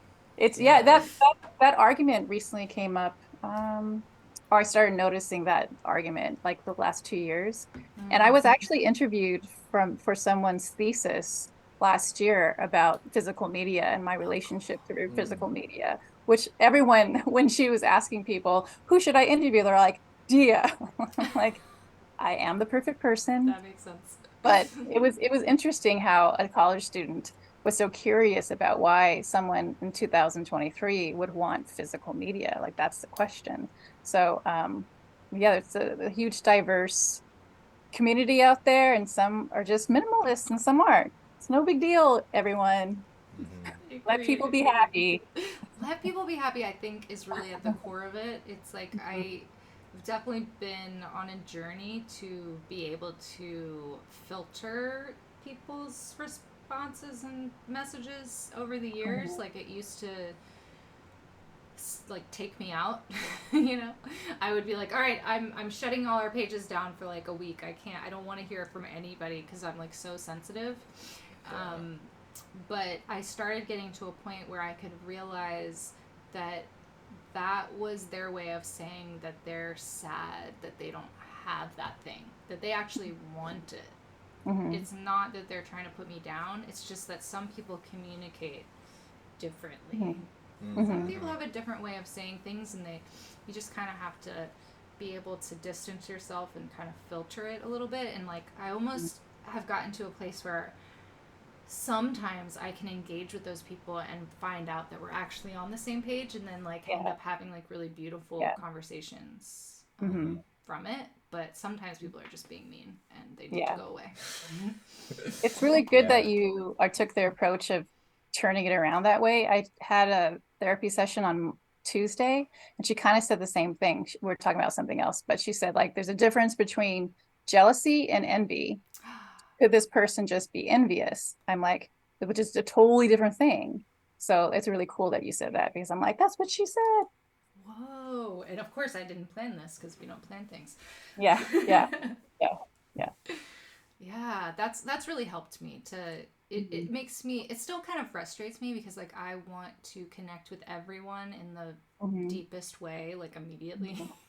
Mhm. And it frustrates me sometimes that people like won't, they're like kind of putting that barrier there that doesn't need to be there, and I'm Yeah, like, just yeah, be friends, it would be fine.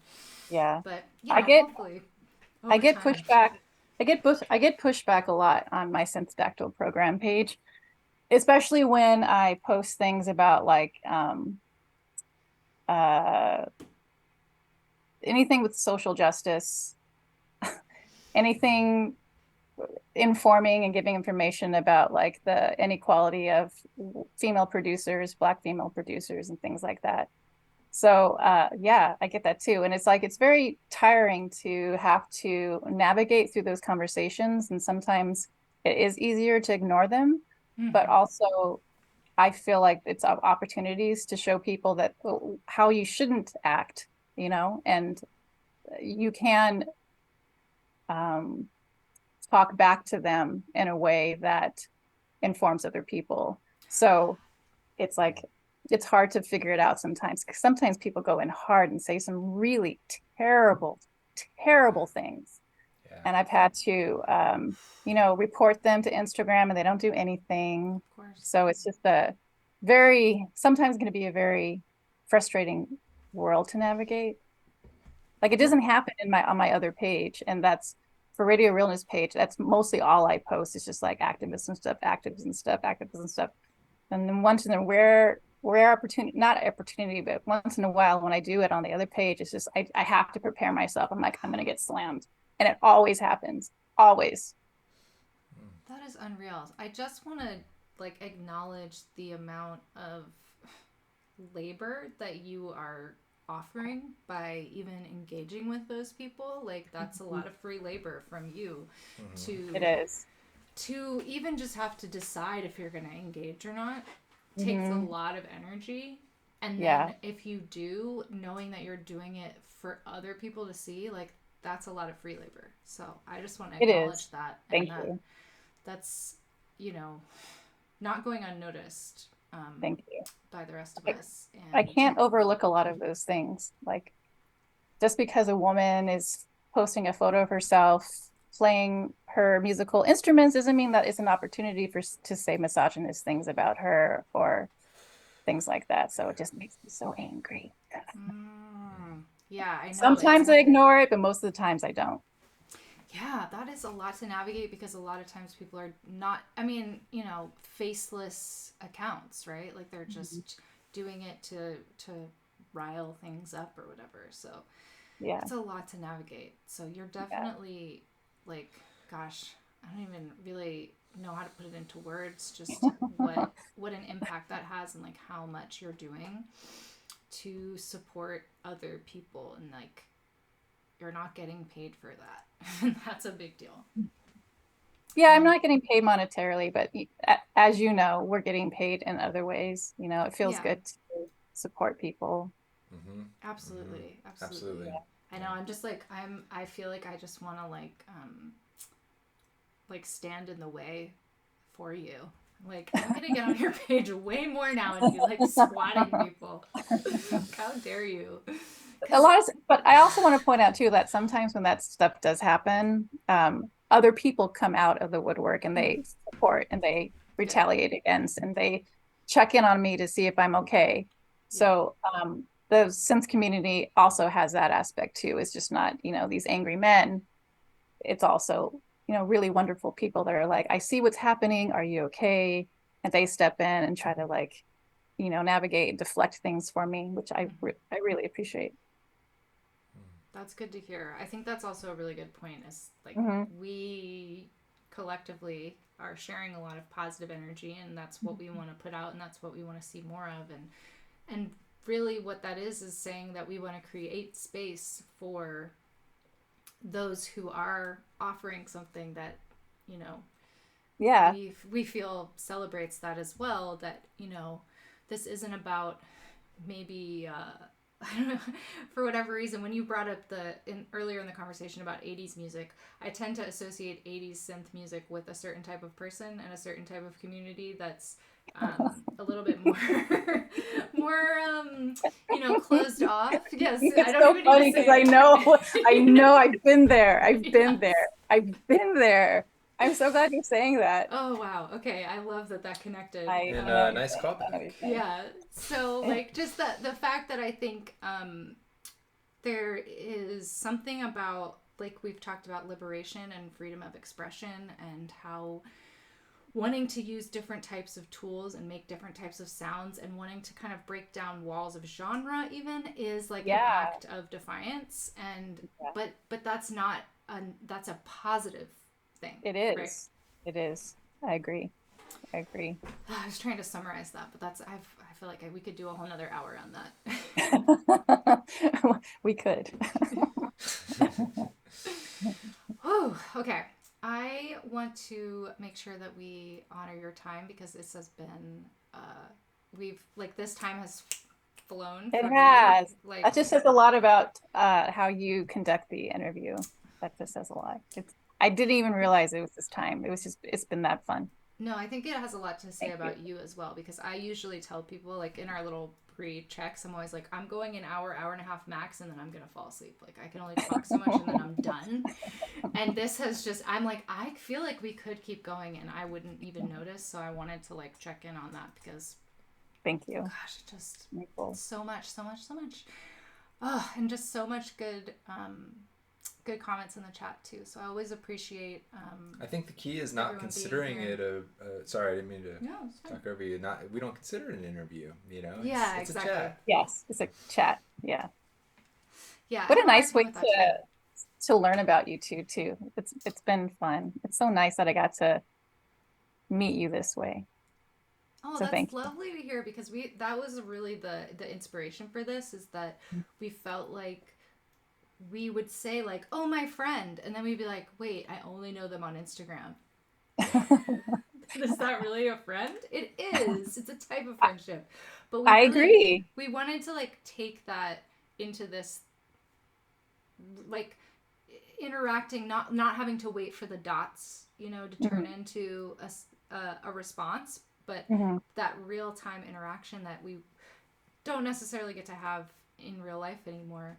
Being able to do it here, like you were saying, things online are just creating these opportunities. And just thank you for saying that, because that was really the point of this, is that we wanted to have friends. We wanted our friends on the 2D, like inside the app, to be real, and to have these interactions, and to be like, okay, I think we're actually friends now.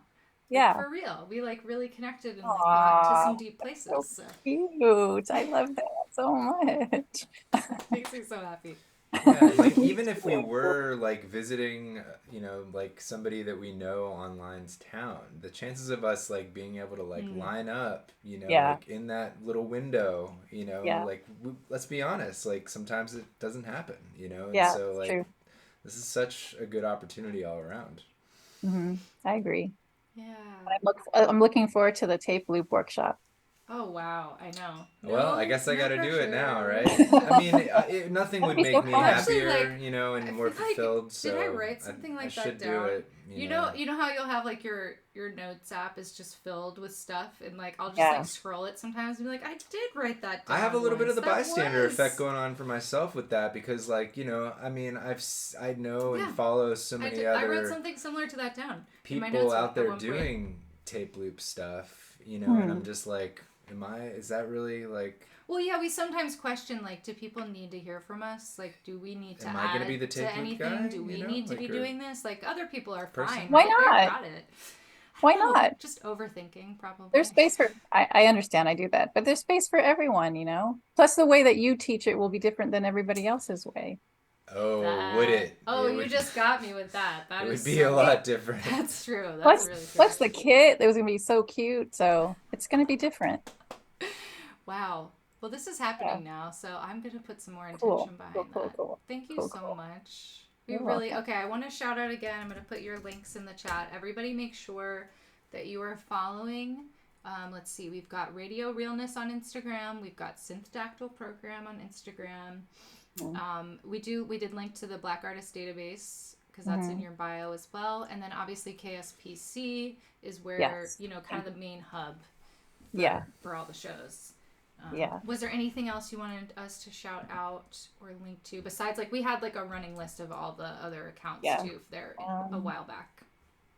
I'm sorry to people that have been DMing me. It's sometimes I get a little bit overwhelmed, and I'll get to your emails and your DMs soon.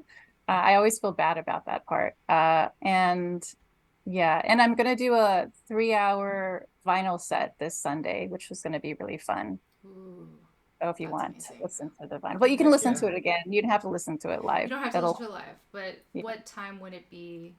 It's from 7 to 10, and then it rewinds the next day from 5 to 8, but then you can listen to it for 2 weeks at kspc.org. Yeah, they do a great job with the database.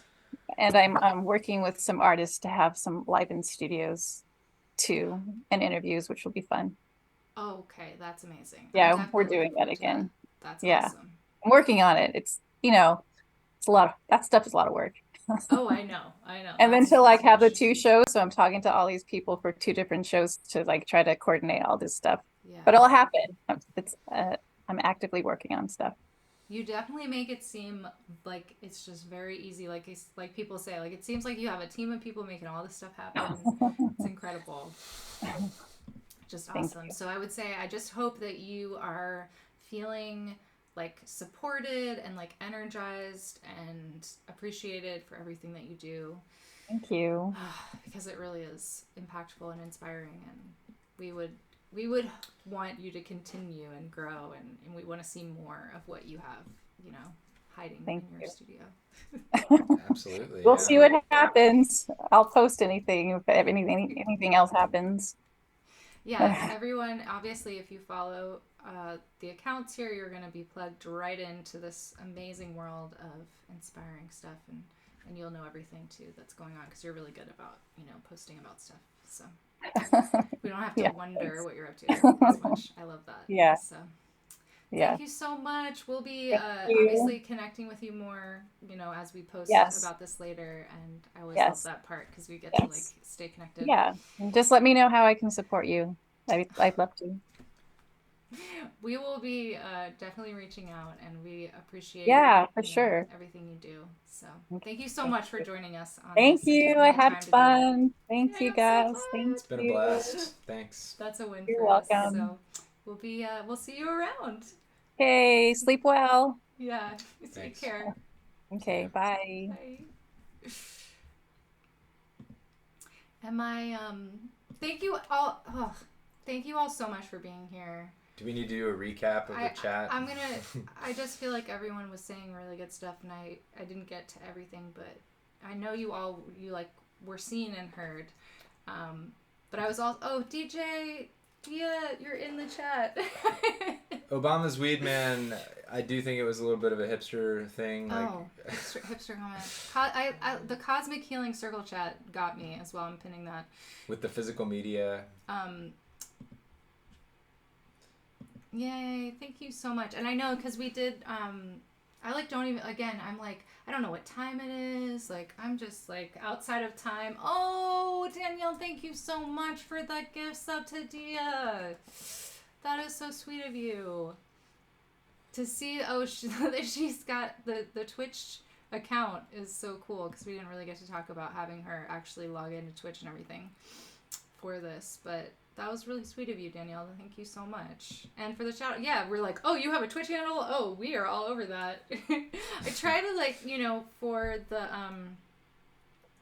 for Synth Friends, not everybody that we have on is a Twitch person, so I try not to like make it about that, because that can be really overwhelming for people to know, like, what's a command in the chat, and what's the emote, and what's the subbing, and, like, you know, trying to follow along with everything, especially if, you know, most people, I mean, we're not even that, if somebody asked us to come on their show, I would be nervous too, you know. Absolutely. Being the host is like a totally different vibe for me.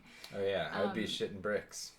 But we love Twitch, and we, like, you know, want more people to engage with it, because I do feel like it's such a amazing community building tool. So we didn't really get to talk about that as much, but maybe I should have. See, I'm always making assumptions that, you know, oh, everybody knows about that, or nobody needs a tape loop kit, or all these things. Like, this is why we wanted to build the Vortex and be able to, like, have these conversations with, like, our council and everything about, you know, should we be doing that stuff?